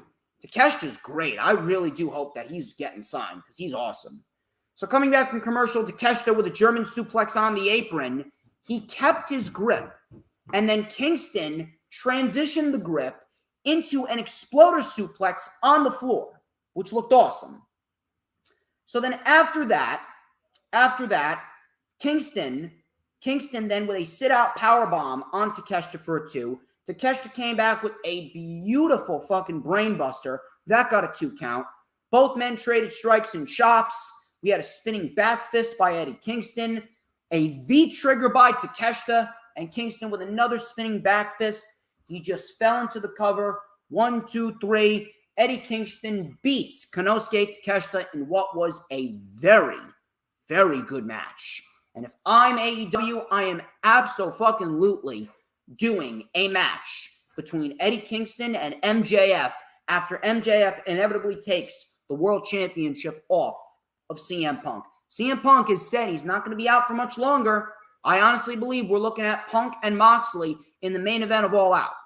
And then after that, we are absolutely looking at Punk and MJF for the World Championship at Full Gear. We're absolutely looking at that. So this was a great match. Great match to kick off the show. Kingston gets the victory, and we get the barbed wire death match with Chris Jericho at Fyter Fest. We had the Gates of Agony, Tully Blanchard's new clients from Ring of Honor. They are known as the Gates of Agony. This is Khan and Toa Leona. They took on Lee Moriarty and the Ring of Honor World Champion Jonathan Gresham. The Gates of Agony actually attacked Moriarty right out of the gate. Toa Leona with a beautiful Samoan drop for a 2. Coming back from commercial, Lee Moriarty tried to make some room for a tag. He went for the tag, but Jonathan Gresham pulled his hand back, walked away, and he hugged Tully Blanchard. Toa Leona then hit a discus lariat on Lee Moriarty, and then Khan hit a gut check, and the Gates of Agony win. Jonathan Gresham, he is now affiliated with Tully Blanchard Enterprises, and I like it. I very much like it. This is a great thing, because this could inevitably set up Jonathan Gresham as the top heel. Gates of Agony in the fall, when they're ready, they could take the Ring of Honor tag team titles off of FTR, and then after that, we could very well see Brian Cage beat Wheeler Yuta for the Ring of Honor Pure Championship, and Tully Blanchard's team could hold all the fucking gold. This is a great fucking thing, and I'm very much looking forward to seeing this. This is going to be awesome. Next week, we actually got Jonathan Gresham versus Lee Moriarty for the Ring of Honor World Championship on Rampage. So I like that. I like that. This is going to be awesome. So we had Serena Deeb and Mercedes Martinez versus Kayla Sparks and Christina Marie. So both women, obviously, Mercedes Martinez and Serena Deeb, obviously, they're at odds. They're trying to one-up each other. Serena Deeb ended up winning this match with the Serenity Lock. Afterwards, we had Mercedes Martinez. She ripped Serena Deeb off of, I believe it was Kayla Sparks, if I'm not mistaken. She ripped Serena Deeb off of Kayla Sparks because Serena Deeb kept in the Serenity Lock after the bell. And then Deeb attacked Martinez and then put her in the Serenity Lock. So it looks like we got ourselves a women's championship match at Death Before Dishonor between Serena Deeb and Mercedes Martinez, which I have absolutely no fucking problem with. Matter of fact, this is a great move because with Serena Deeb winning the championship, she's absolutely the better individual to hold the fort down in Ring of Honor. Martinez, she can move up. She moves up to AEW, and she could fight Rosa for the AEW Women's World Championship. This is a great thing all around. I like this. I like this. This is great. Main event was Tony Nese versus Orange Cassidy. This was a great match. It was an excellent match, actually. Tony Nese and Orange Cassidy, two excellent pro wrestlers, really good stuff. Nese and Cassidy, they traded pinfalls early on. Nese with a fireman's carry gut buster for a 2. So coming back from commercial, Cassidy was caught with a Northern Lights suplex for a 2. Nese and Cassidy were on the top turnbuckle. Cassidy and Nese then traded strikes. Nese went down. Cassidy with a beautiful diving crossbody, Stun Dog Millionaire, and a Meishinuku driver for a 2. Tony Nese then with a flurry of strikes, and a big German suplex that also got a 2 count. We had a spinning heel kick by Nese. A very nice spinning heel kick, by the way. Tony Nese has some great offense. Great spinning heel kick. That got a 2 count as well. Cassidy then with a tornado DDT and then a satellite DDT. My favorite version of the DDT right there is the satellite DDT.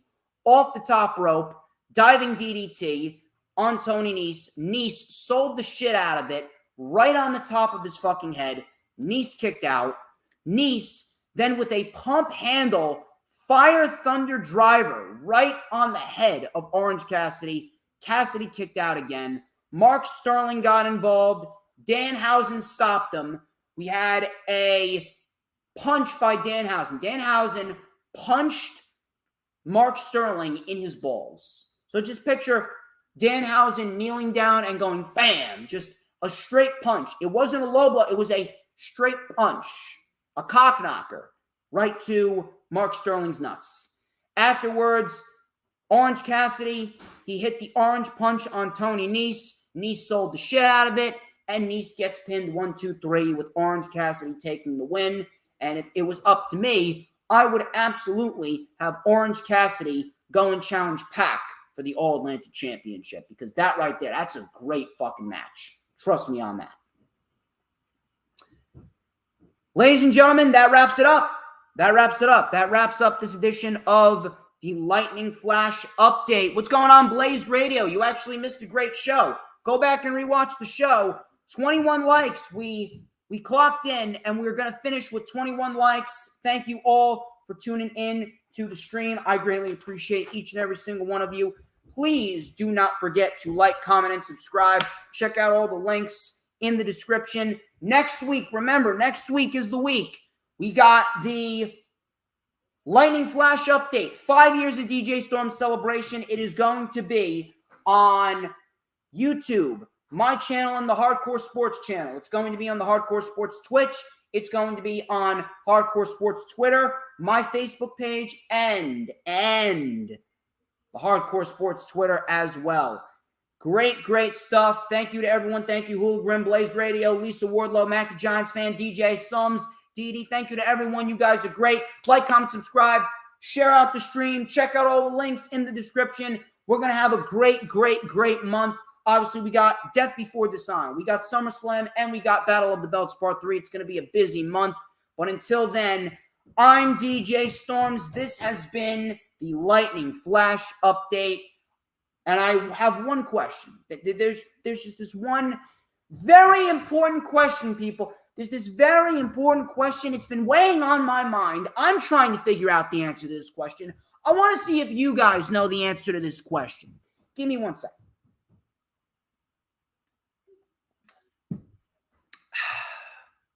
Ladies and gentlemen, who runs the IWC? Who runs it? Who runs it? Who runs it? Who runs the IWC? Do I have it written down somewhere? I want to think. I do. I'll tell you who runs the IWC. Who but DJ motherfucking Storms? Right there. Right there. That guy. This guy right here. I run the IWC all day, every day. Thank you very much. I greatly appreciate all of you, and I will catch you guys next week. 5 years of DJ Storm's celebration.